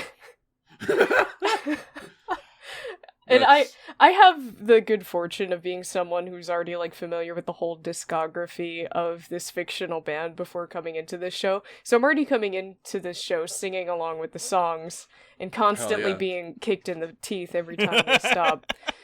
For real. Whereas everyone else, like, if they don't go and listen to it on their own time, they're not going to know what the song even sounds like, save for, like, the first chorus that keeps being repeated over and over and over and over. It's Oh, these are some fucking episode names. Oh, the episode names are rad, actually. Wow. Yeah. I think I want to believe that that a shoe will drop and we'll like that this is a rough patch and we will get out. I hope so, because otherwise you're in for 49 episodes of this Oh shit. yeah, no, even more actually, but and movie. I love this. No, We're watching everything. There's like 60 videos in this folder.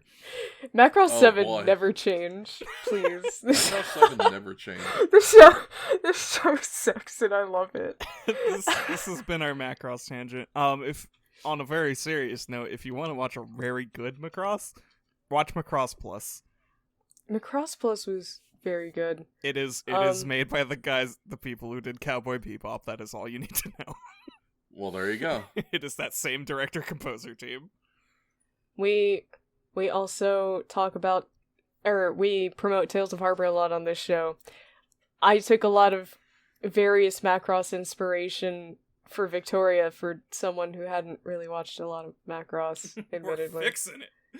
We're fixing it. Yeah. We're fixing it. Kamen Rider. Okay, Watch me... Macross, watch Tales of Harbor, watch Kamen Rider. Yeah. Super Dimension Fortress Macross is really good too. I like it. Anyways, go on. We were talking about how we shouldn't grab birds, right?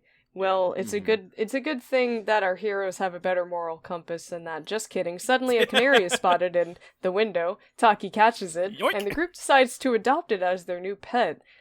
Naoki and Mitsuru leave to purchase supplies for their new pet when they are ambushed by Gelshocker soldiers, and we sure get a sequence. Oh It's, man! The Officer Gay Shocker pulling the Bugs Bunny on these kids. He did my bit. I'm so happy.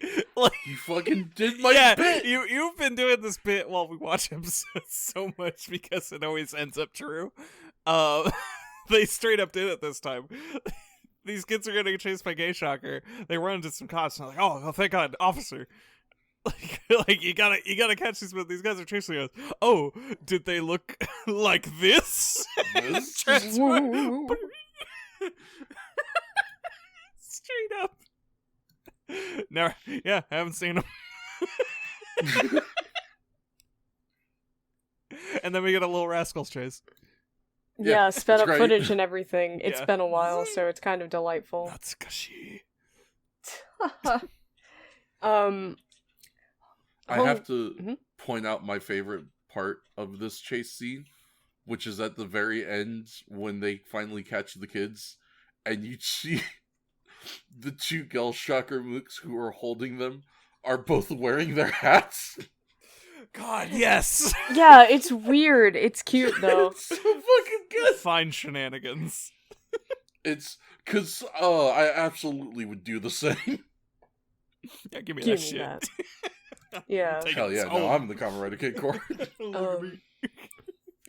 Hongo arrives on the scene to their rescue, and the boys escape whilst Hongo battles the soldiers. They return back to base, just as everyone inside is being assaulted by their new canary's strange song. It transforms into CanaryCobra and assaults the group, and Hongo arrives just in time, once again, to fend off the cyborg with Taki's assistance to give everyone else a chance to escape. We do have to say that before it transforms into a snake man, this is just a picture of what owning a bird is like. Yeah, bit. pretty much. It's just making noise fucking constantly. You gotta It live just with will that. not shut up, and you're like, dog, please, If A you're lot of not people- ready. begging you. Yeah, you need to be prepared for very high maintenance pet care. And I'm not super fond of the term high maintenance when it comes to pets, because a lot of people have this idea that they can just like shove their pets in a corner and not attend to them. But like, when people say high maintenance about birds, they mean it. They really mean it. Oh my god. You have to do so much for birds. And it really depends on the kind of bird. Like, are they a really social bird? Do they need their own kind? Do they need to socialize with you? If they're especially intelligent, they'll have even more and more needs, you know? Like, freaking, God, a parrot. Could not imagine. That's a lot. That's a lot of maintenance. Also, dubious morality and even owning one in the first place, frankly. Mm. A little bit. Can't get into that, though. Anyway.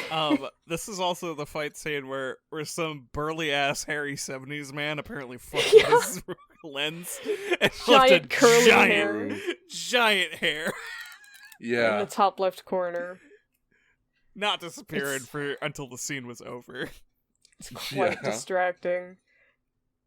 It's it's really something. It's been a while since we had a lens here. We used to get them pretty often. Yeah, they cleaned up their act for the most part, but somebody got in there And they got some and big... did not care. Yeah, some Yeah. big hairy person to handle the camera. Yeah, with his open, with his two buttons buttoned down, his big ass chain. I could picture Yeah. this guy. Real Burt Reynolds type. Yeah, fucking perm and everything. Yeah, Yep. It really is the 70s. big mustache. But this time he's Japanese. Burt Reynolds, but he's Yeah. Japanese. So Burt Hongo. Reynolds' son. Hongo with a mustache. Yeah. I like, The- there used to be some of those fits where it's just like, A little yeah, bit. yeah, Magnum PI. What's up? I mean, his current fit a little bit too. I forgot what this one was. This is the leather action hero jacket, Oh yeah. and kind of who gives a shit what else underneath. Whatever I have. Listen, my eyes go to the jacket, and I'm like, damn, is that Hongo in the jacket? Yeah, the shirt never really peeks out much. He's often wearing like this pink colored shirt, but it's unbuttoned at just the point where it's hidden almost entirely behind the leather jacket. It's a good fit though. Yeah, I like it a lot. Undeniable. It is a good fit. I don't know if Hongo's had a bad fit. Yeah, no, the only one I can remember is Hayato had a bad hair day. Mm, I can't I remember that. what the whole details was, but I remember it being Yeah. like, ugh. Yeah. You Ran could out just of tell, product. you're like, ooh, Yeah, poor how's man. it, honey? Yeah. Dapper Dan man ran out of Dapper Dan that day. True. Yeah. Had to get that fop. It's not the same. I don't want fop. I'm a damn man. Anyways. Yeah, the fight wanders outside and Gelshocker reinforcements arrive. Right. Taki holds the soldiers off while Kamen Rider battles CanaryCobra. Hongo severs CanaryCobra's snake-headed arm, forcing it Yeah. to retreat. Right. It's- Right, this is brutal. Yeah, he fucking knee drops this dude's snake head, It's and so it good. fucking dies. I wrote down devastating knee drops. I forgot it was Kamen Rider and killing his snake with it. Yeah, he murders the snake with a knee drop. It's fucking dope. It's great. Also, we get a little return. Doesn't bear mentioning that much, but this famous ditch of Kamen Rider where they do fights. Yeah. That appeared in one of the movies where they did a fun little roll call of all the dudes in it. Love that roll call. That truly one of my favorite moments in all of Kamen Rider. Absolutely. Very fun. Just seeing all of our previously killed shocker monsters show up and announce themselves like dickheads. Ha! Ha! Just throw a pillow at them and call them a freak. Yeah. Got in the last episode had the right idea. I feel like we also would be remiss if we did not talk about how CanaryCobra arrives on the scene in this bit, Oh, because we talk about yeah. how we're in the kid I court. got my wish. He's doing his bird noise thing. Him make your brain hurt. And Hongo shows up, and so the cage that you said just fucking He explodes. just zooms in on the cage and the bird just goes boo.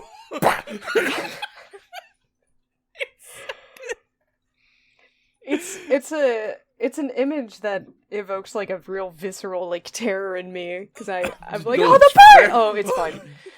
Yeah, It's it is a quick cut. Yeah. He had to get out of that cage. Well, he I wish the gets cage me. was destroyed. Like, I wish That it would've was been literally fun. him exploding out of the cage. It would be really good. You see like a fake little, like, they buy a peep and they throw it at the cameras. They set off the explosion. Fuck. That'd be so good. Peep in fucking 3D. Shit, a peep. God, 3D would be so good for this guy. Yeah, with So that you snake do 3D arm. shenanigans with the Cobra Oh my arm, yeah. god, he would be fucking all over Watch that. out, Kamen Rider! Whoa! Whoa! There would be no content in the episode because they're too busy fucking around with that all the time. Holy shit. Yeah, ripped to the facade of a cute little bird, I suppose. Yeah, Yeah. he's dead forever. This will be a trend. Yeah, until he becomes one again This and will does it be a again. shred. Yeah. Man. There is also, just regarding the fight scene. Ugh, my headphones are fucking around. Hold on. Oh no.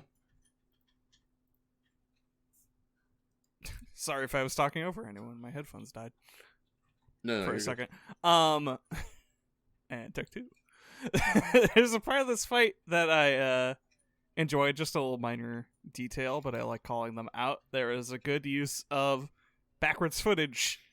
It was just, like him jumping backwards, but it was like up a really high ledge, so he's like, whoop! Mm. It is clearly backwards footage, but like it was well cut with the previous motion is basically all I can say about it. Like he was doing like a little like, I don't remember if it was like handspring he was or doing just like kind of backflips. yeah, he was like or doing a something towards the backflip, cliff. and they like cut right on him landing and getting, and then, or like they cut right on him like pushing his knees up, like without any delay between that cut and the next action. So it was just real smooth. He just goes whoop, whoop, up the hill. And I enjoyed it was that. very good. Yeah. Sometimes they do it right. Sometimes they make it real smooth, where you don't, Yeah. even if you notice the seams, it's just like, I really appreciate that. Yeah. Yeah, like as much as I truly feel like a lot of the show was completely flying by the seat of their pants, I don't mean that in any way to not give credit to the amount of skill that they do definitely have. It's really cool to see shots like that, and especially like I feel like a lot of them have gotten better over the course of these 89 whole episodes. Mm. Yeah, for sure. Things were weird early on, and I do miss it to an extent, but they were definitely a lot rougher. Yeah. I remember back when there was like whole half-second like pauses where they didn't have proper cuts between enemies like falling and exploding. Like they wouldn't even be on the right spot, and there'd be a weird delay. They're figuring it out. And then they got like some real clean ones and figured out like how to do it in motion and shit. Like it was great when they figured that stuff out. It's great to watch like stuff like that was always great because you're watching an aspect of it grow. Even if like some aspects are really left in the fucking dirt. You from a technical standpoint they're constantly refining. That's cool. Low budget toku is truly an art form. Yeah. Yes, it is. Oh god, I started thinking about Pie Ranger. Right? Oh no. Pie Ranger could have been good, and that's what makes us mad the most. Yeah, they had a good enough foundation to make something better. Real but rich I and can't. bountiful. Real full. Massive tracts of land.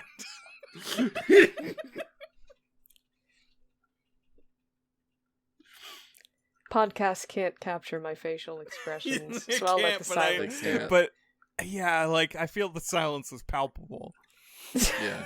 I feel there was an energy being emitted. Listen, we could hear the shame. But here's the thing is that you cannot shame myself or Shakes. We are simply too strong.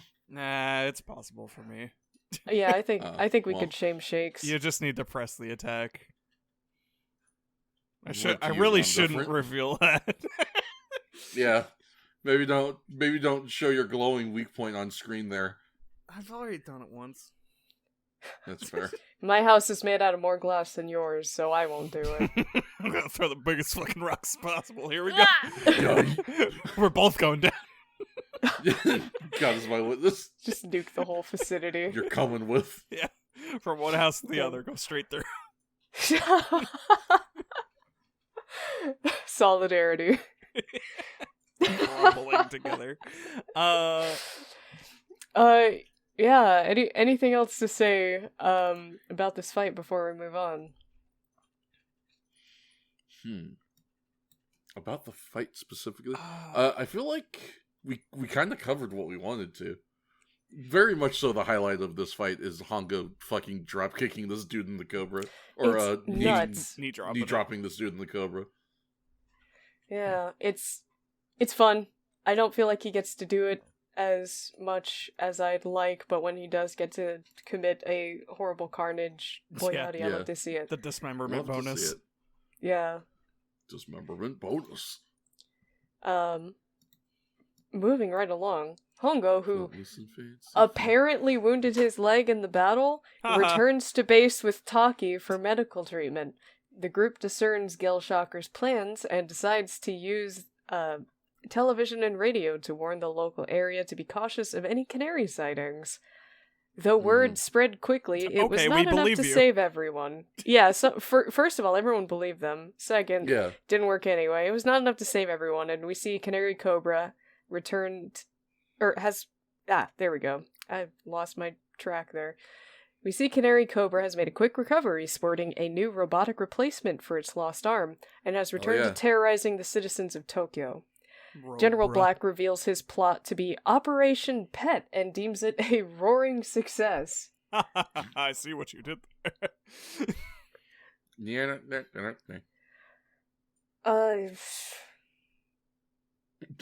Do I even... I have a note that says, oh god, the car, in reference to the first person that dies. Yes, I wrote down, my toy car.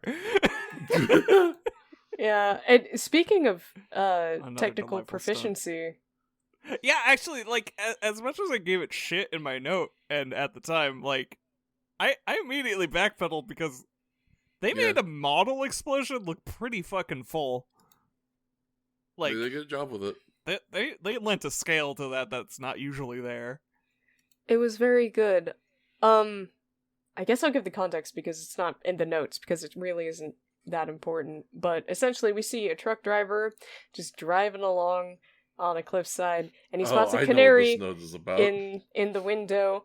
And just as he hears on the radio, "Hey, if you see canaries, like call the police," I guess. And Shit. he's like, "Oh no, get out of here!" And the canary transforms into CanaryCobra, and it bites him. And it, as you'd expect, he goes, "Oh no!" veers off the cliff, and then we pan out to a little, like, model setup of the cliffside and a toy truck, and it makes a very nice and convincing, like, short tumble and then explosion down the cliffside. I don't know why, because this particular explosion is obviously notably better than this, but for some reason now I'm thinking of the car explosion from Black Dynamite.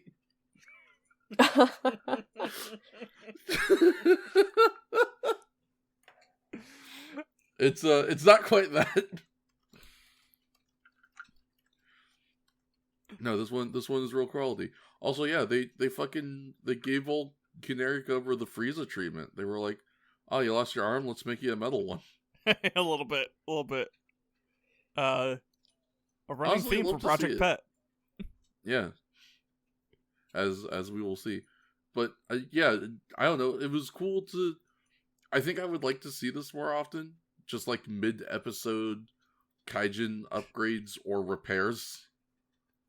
Because most episodes are usually just like the Kaijin is the Kaijin and then it dies eventually. Yeah. Yeah, like this is like an ongoing like operation that like Yeah. had setbacks and then comebacks. Mm-hmm. It's interesting. But Black Dynamite, Man, it feels I like have a a real pet plan. canary. Looks Be that over as it shoulder. may. Yeah, I love the little PSA. It's very good. I think truly the best thing about it, though, is like watching people react to it and then seeing the canaries. Oh shit!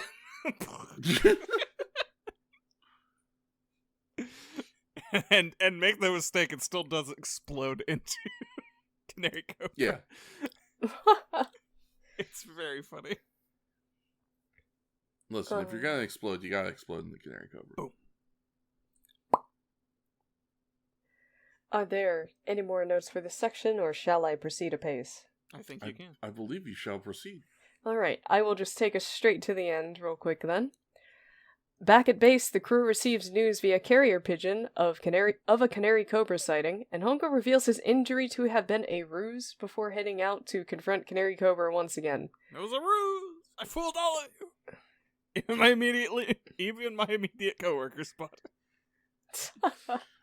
To quote Takeshi Hongo, in order to fool your enemies, you must fool your friends. But I don't believe they went back into action because they thought you were out of commission. Don't worry about it. Well, They might have. they might have. I don't know. Maybe they're like, well, Kamen Rider's pretty hurt. Like, we could probably get some shit done, and now we can ambush them or something.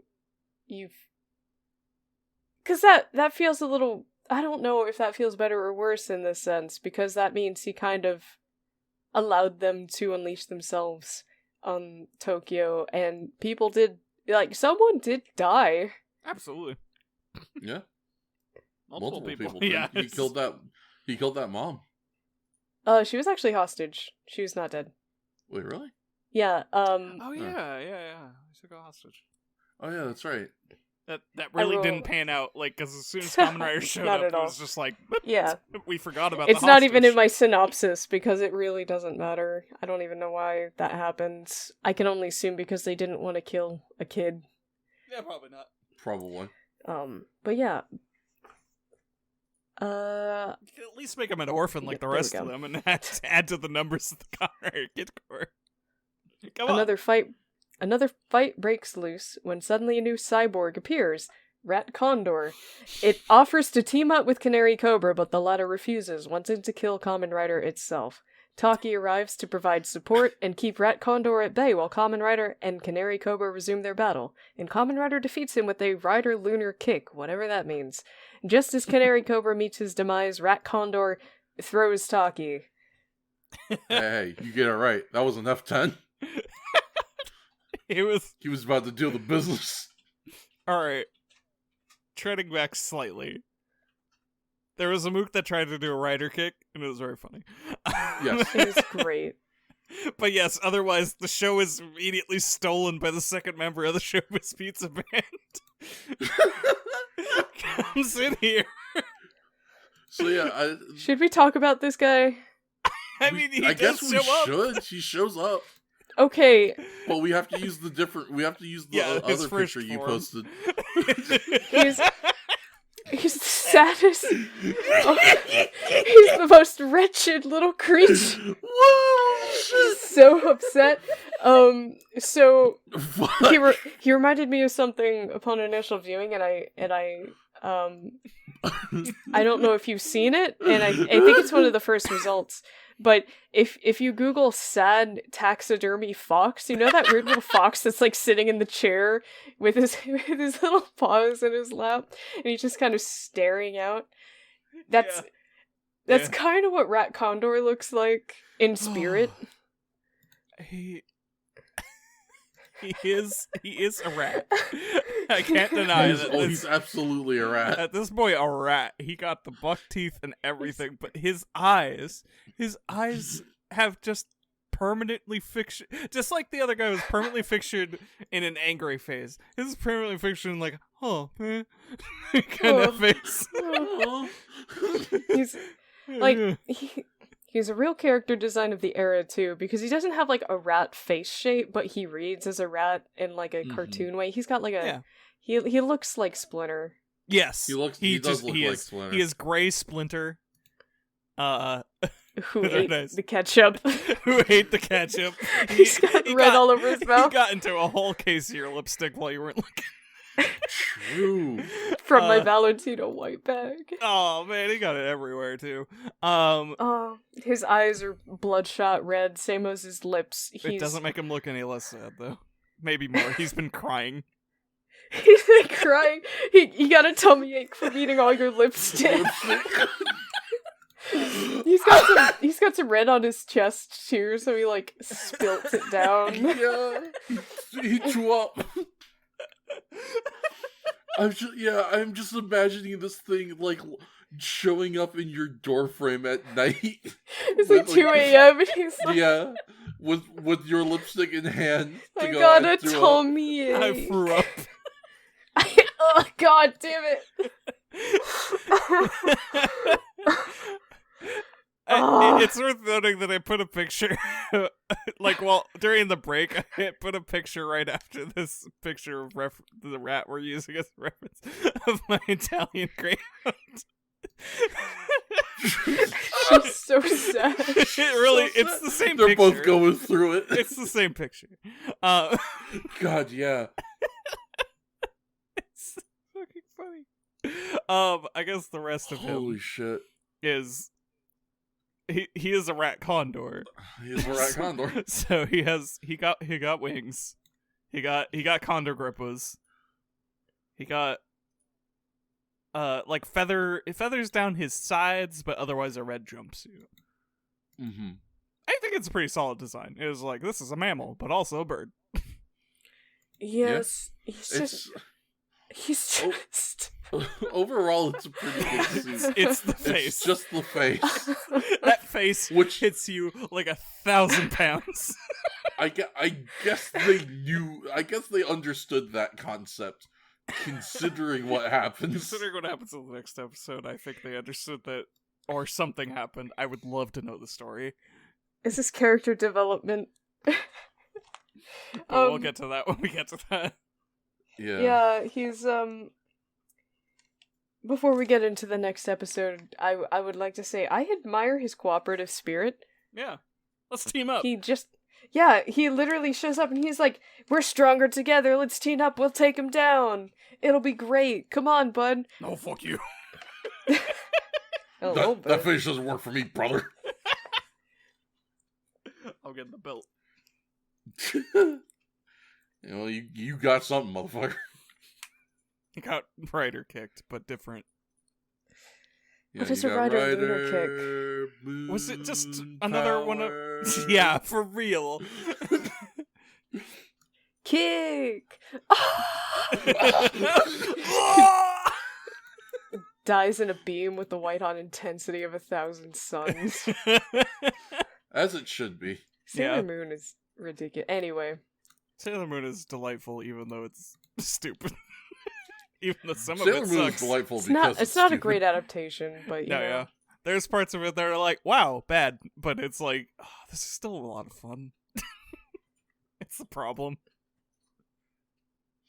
Anyway, iconic. Fun's all you yeah, need. truly iconic. Yeah. Same Tokusatsu, magical girls, shake hands, transformation sequences. Yeah, pretty much.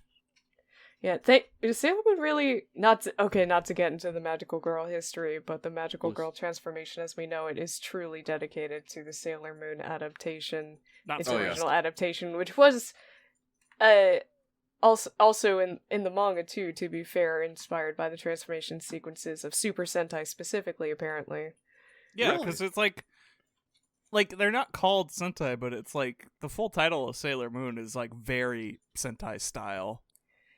Like, it's very much evoking it. Bishoujo Seijin, isn't it? Or something. Bishoujo Senshi Seiran. Senshi. Yeah, she's the beautiful Senshi. warrior. Yeah, I don't know. That invokes very similar things to me. Oh no, yeah, it is very much so. Yeah. Yeah. So, it's truly the same DNA. Sailor Moon. That would, man, that crossover would whip. Like That So crossover cool. would whip. oh. God, like I feel like Hongo would be such like a older Sailor Moon come brother out? father figure until he realizes that Usagi can just melt planets. Throw insane boomerangs. Yeah. I am just fully picturing it's like Kamen Rider dealing with something, but oh shit, this is something he's never dealt with before. This ain't Shocker. And then the fucking moonlight silhouette. Yeah. Oh shit, it's that middle school girl I met earlier at Cafe Amigo, because this is a good timeline where they're still there. Yeah, exactly. Oh God, I What want the it so hell? bad. Anyways. Wishful Okay. thinking for 5 hours Yuriko ahead. would still be there. Wishful Yeah. thinking for 5 hours. I do just want to intercept to say if we were to do if a crossover like this were to happen, especially at the time when Sailor Moon originally came out, which was 1992. Look, I know. Unfortunately, I don't think there was a Kamen Rider that was extant at that time. I don't think one Yeah, of she the filled the 90s gap. movies had come out. She is Well, the next this Kamen is- Rider. This is the thing I wanted to point out, is what was extant was a Sentai season, specifically Koryu Sentai Zyuranger, aka the one that gets turned into Mighty Morphin Power Rangers. Yeah, very much It's so. perfect. Also a perfect crossover material. Yeah, that would be so I mean, good. because they are just effectively a Sentai team. That would be extremely fun. Fighting Yeah. evil by moonlight. When they Fighting fight daylight. evil by moonlight.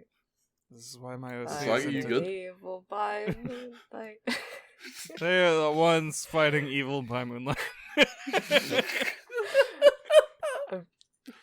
Okay, I have to be good now. Alright. You don't have to be good. You said the F10 for Ratman has a wicked airplane spin. Yeah, it's gnarly. He hoists that man up and just starts going, and Yeah. Hongo can do nothing about it as he just chucks Taki into the air, and boom, see you next time. Yeah, next time on Kamen Rider, does Taki die? That boy is fucking out of there. Oh my god. Home run. I will never live this down. But yeah, Oh, shit. and then they not exactly new, but it's new now ending song, Right, yeah. which doesn't feel right No? for an ending song. I don't. Well, maybe it does. I don't know how I feel about it. Maybe it'll grow in me. I just still think it's an odd choice. Yeah. It was weird choice to do. Weird choice to do it now too.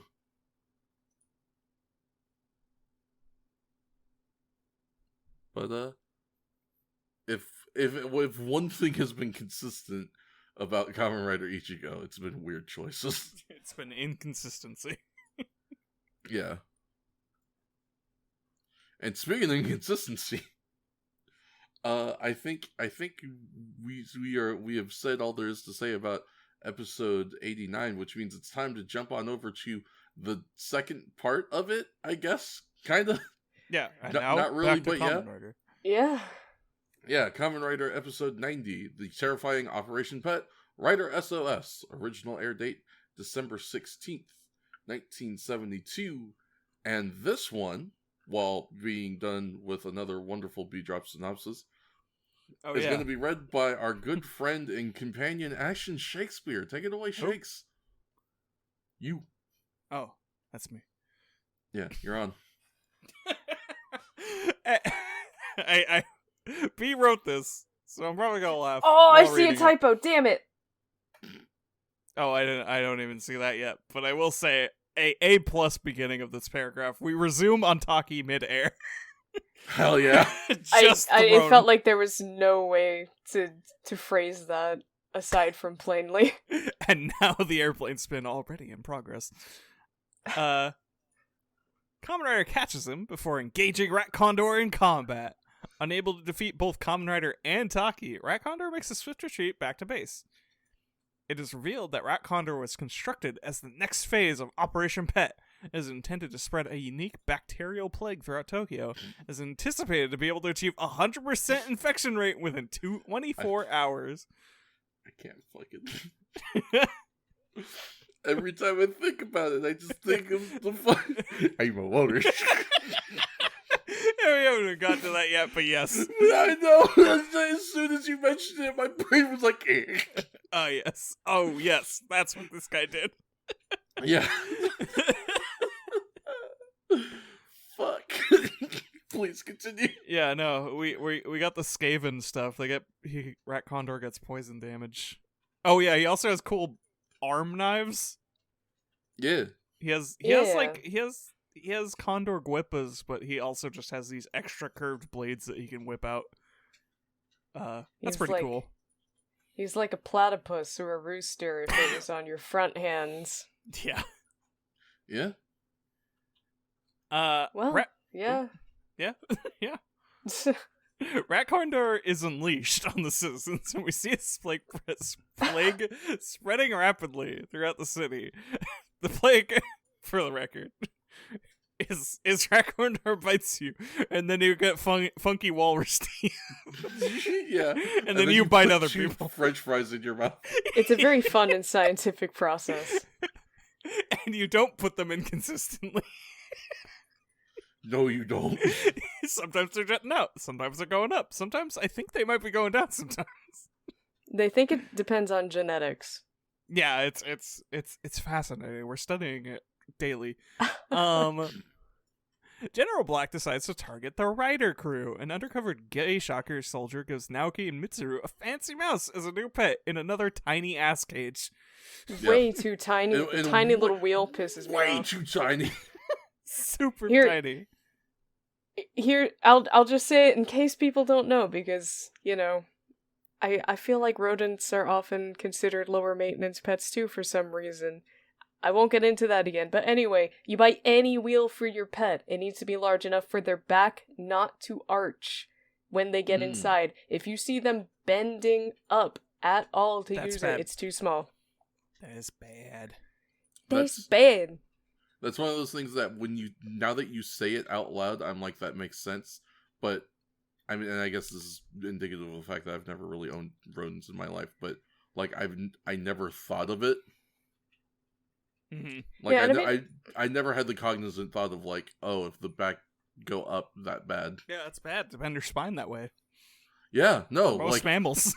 Yeah, you say that out loud, and Yeah. I'm like, yeah, no, that makes sense that would be bad. But it's Like, just one of those things that you don't think about it when you see it, I think. Mm-hmm. Yeah, it's basically the equivalent of, imagine if you were to try to, like, run on a treadmill, but there was, like, a wall 2 inches in front of you, so you had to constantly be leaning backwards while you're on the treadmill. That'd be bad. Ow. That'd be pretty bad for you. Yeah. So, please take care of your pets. Yeah. Don't buy hamster tubes. Oh, all right. No, I'm gonna chill. I'm going to chill. This is not about pet. This is not a pet care podcast. It could be. It could be. This is Project Pet. Yeah, Don't. it's specifically the Project Pet episode. Sprinkle it in every once in a while. Okay. Yeah. Okay. You got to get it out of your system, so you might as well just go. You're right. I will say, this is where we find out that the Japanese terminology for plague is pesto.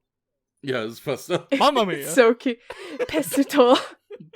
And I can only assume etymologically it must be linked to, like, pest. I didn't look it up.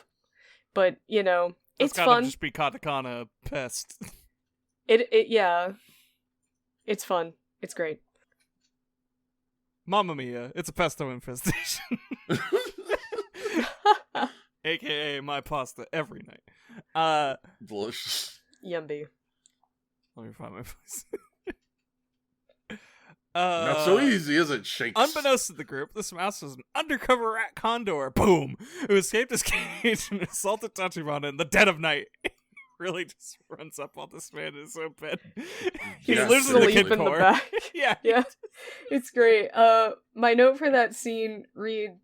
Well, my notes for that last week sequence read... baby for free. And then stop blow up babies. Boom. Please stop blow up babies. So You funny. stop blow up, baby. Stop You making stop it that. funny. Yeah, Tachibana, when assaulted in his own bed, beats this dude's ass. Yeah, he does. He Yeah. gets the pillowcase over his head and he starts hitting him with hammers. We got Tachibana back in his core competency of being an ass kicker. Yeah. Thank God. I Not missed going it. to be ambushed in his sleep for a fucking second. Tachibana held his own against the cyborg just long enough for Hongo and Taki to arrive to fend off Rat Condor again. It retreats and receives new upgrades for General Black for its next showdown against Kamen Rider. So I think in now this- is the part where we talk about the picture I posted. yeah. So are we to assume that Tachibana broke his whittle rat nose? I hope so. God, I hope so. I hope Tachibana is the whole reason this man had to get a new face. Like Same. I can't remember exactly because he doesn't actually beat him with hammers. Doesn't he get some kind of blunt object though? He gets golf clubs. Right. He grabs like legit a 9-iron and is like, "I'll fucking kill you. just fucking Come get some." what's his face from BioShock on that shit? Yeah. A man chooses. It's Rat Condor. So they had to replace his dumb nose with a big old eagle face, and now he looks like a griffin, which is pretty cool. Yeah. I feel like It's actually really cool. Yeah. I don't know how else to describe that other than that's just kind of a Yeah. griffin now. He looks like a griffin. Yeah. It's supremely cool. And it's a robo beak, so don't worry Yeah. about it. And they fixed his sad eyes, kinda. I think it's because the sad eyes were caused by like the rat face and the angle at which it was shot. Maybe a little. I think the beak helped that a lot. I Now he looks menacing. Yeah, he looks halfway menacing. As much as he can be. Yeah, as much as he can be when his legacy is sad-faced walrus disease. It's still kind of a strategy. Yeah. It doesn't change Yeah, that. that's He what, just yeah. The has strap metal doesn't beak. change. She just now he has robot. Please beak. help me. Properly angry, he's been motivated. They've given him eye-pecking technology, though. Yeah. Yeah. Rat Condor resumes Operation Pet, infecting more citizens by pecking their eyes. Hongo decides to take action to develop a vaccine. I'm filling in. God damn it. Yeah, there it is. To develop a vaccine for the illness to put an end to the plague, and finishes just before new reports of a rat condor sighting come in. Let me just. Oh yeah, Taki, shut the fuck up! I need to do some biochemistry. Yeah.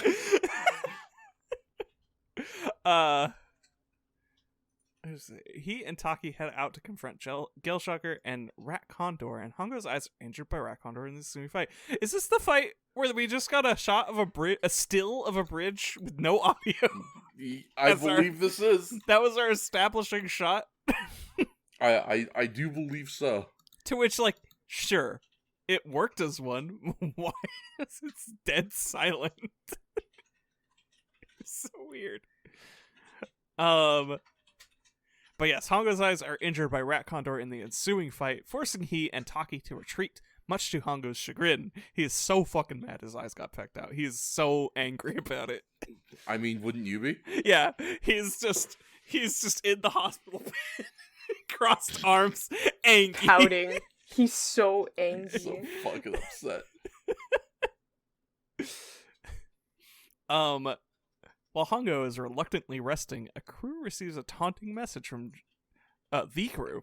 receives a taunting message from Gay Shocker that they have captured Taki. Hongo, despite his injuries, leaves at once to rescue Taki and once again face off against Rat Condor. Let me see here. I don't know Was if this?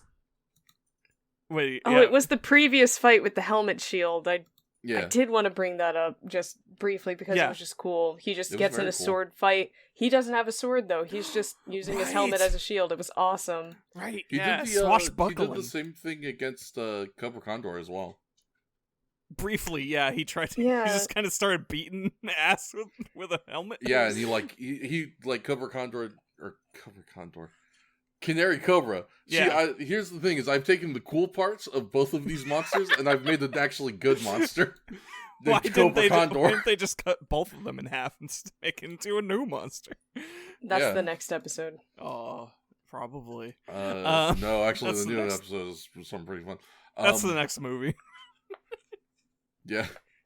But yeah, he does the same thing against Canary Cobra, where he like blocks some of the Cobra shots with the helmet, and it's very cool.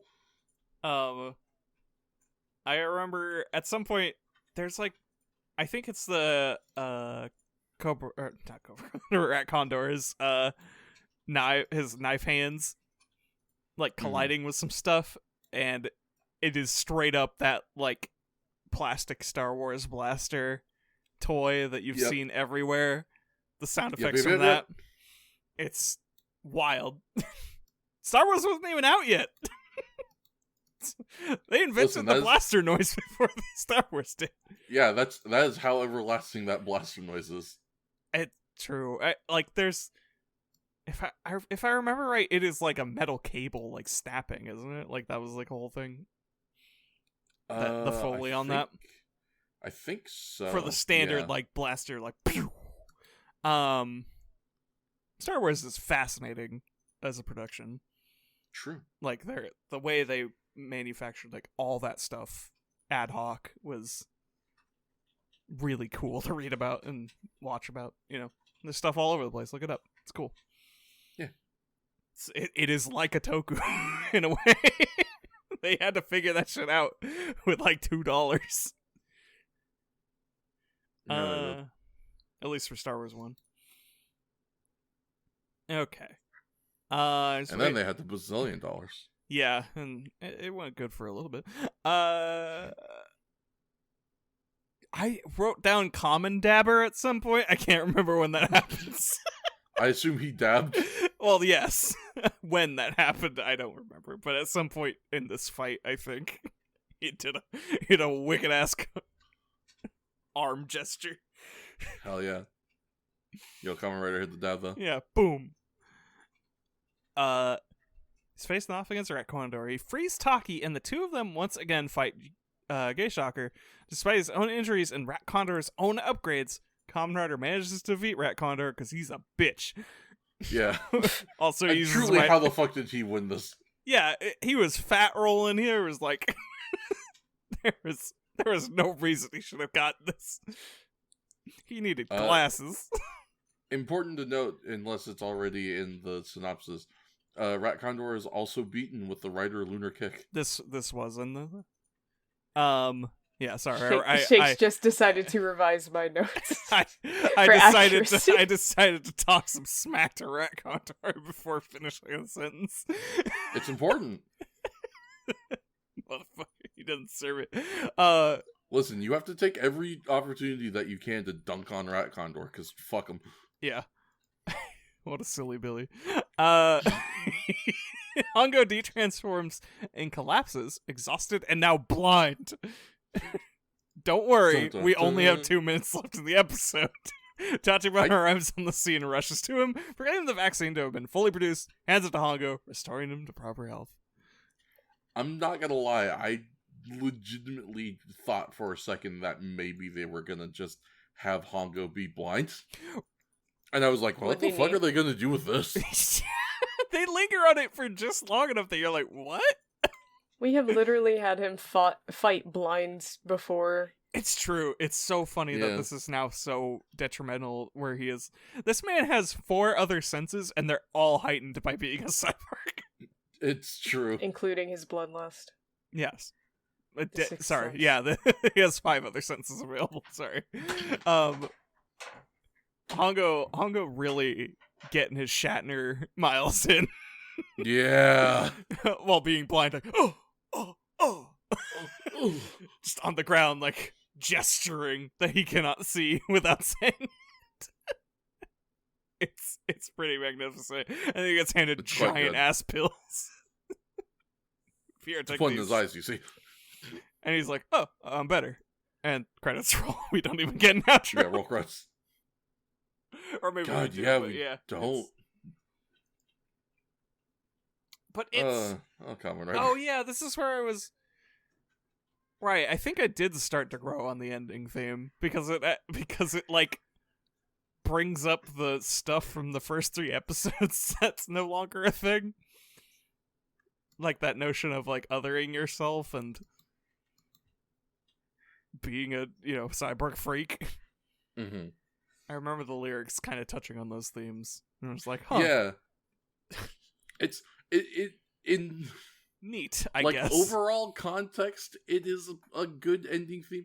Here was my thing, was like, this is not a good ending theme for Kamen Rider at this point.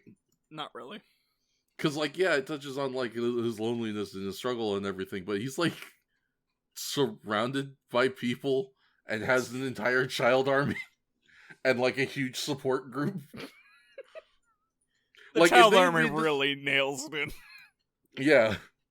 Like, if they had made this the end theme during, like, that first initial 10 episodes of the Hongo run, it would have been great. It would have fit perfectly. But, like, now, it's kind of out of place. Oh. And maybe that was the idea? We just want to remind you of what once Yeah. was. This is Like always happening in his brain. We just don't tell you anymore. Yeah. Listen, we also got tired of beating a dead horse. They say to us from the past. I guess. Like, I feel like I wish they did beat the dead horse of his solitude. Because that's basically how every episode ends anyway. They just don't really express that theme. They just have him fuck off. Yeah, they just have him leave. Most of the time it's just like, well, he's going to continue to fight. It's not like... He is always abandoning the people closest to him to just go off for the next adventure or something. Yeah. Because, like...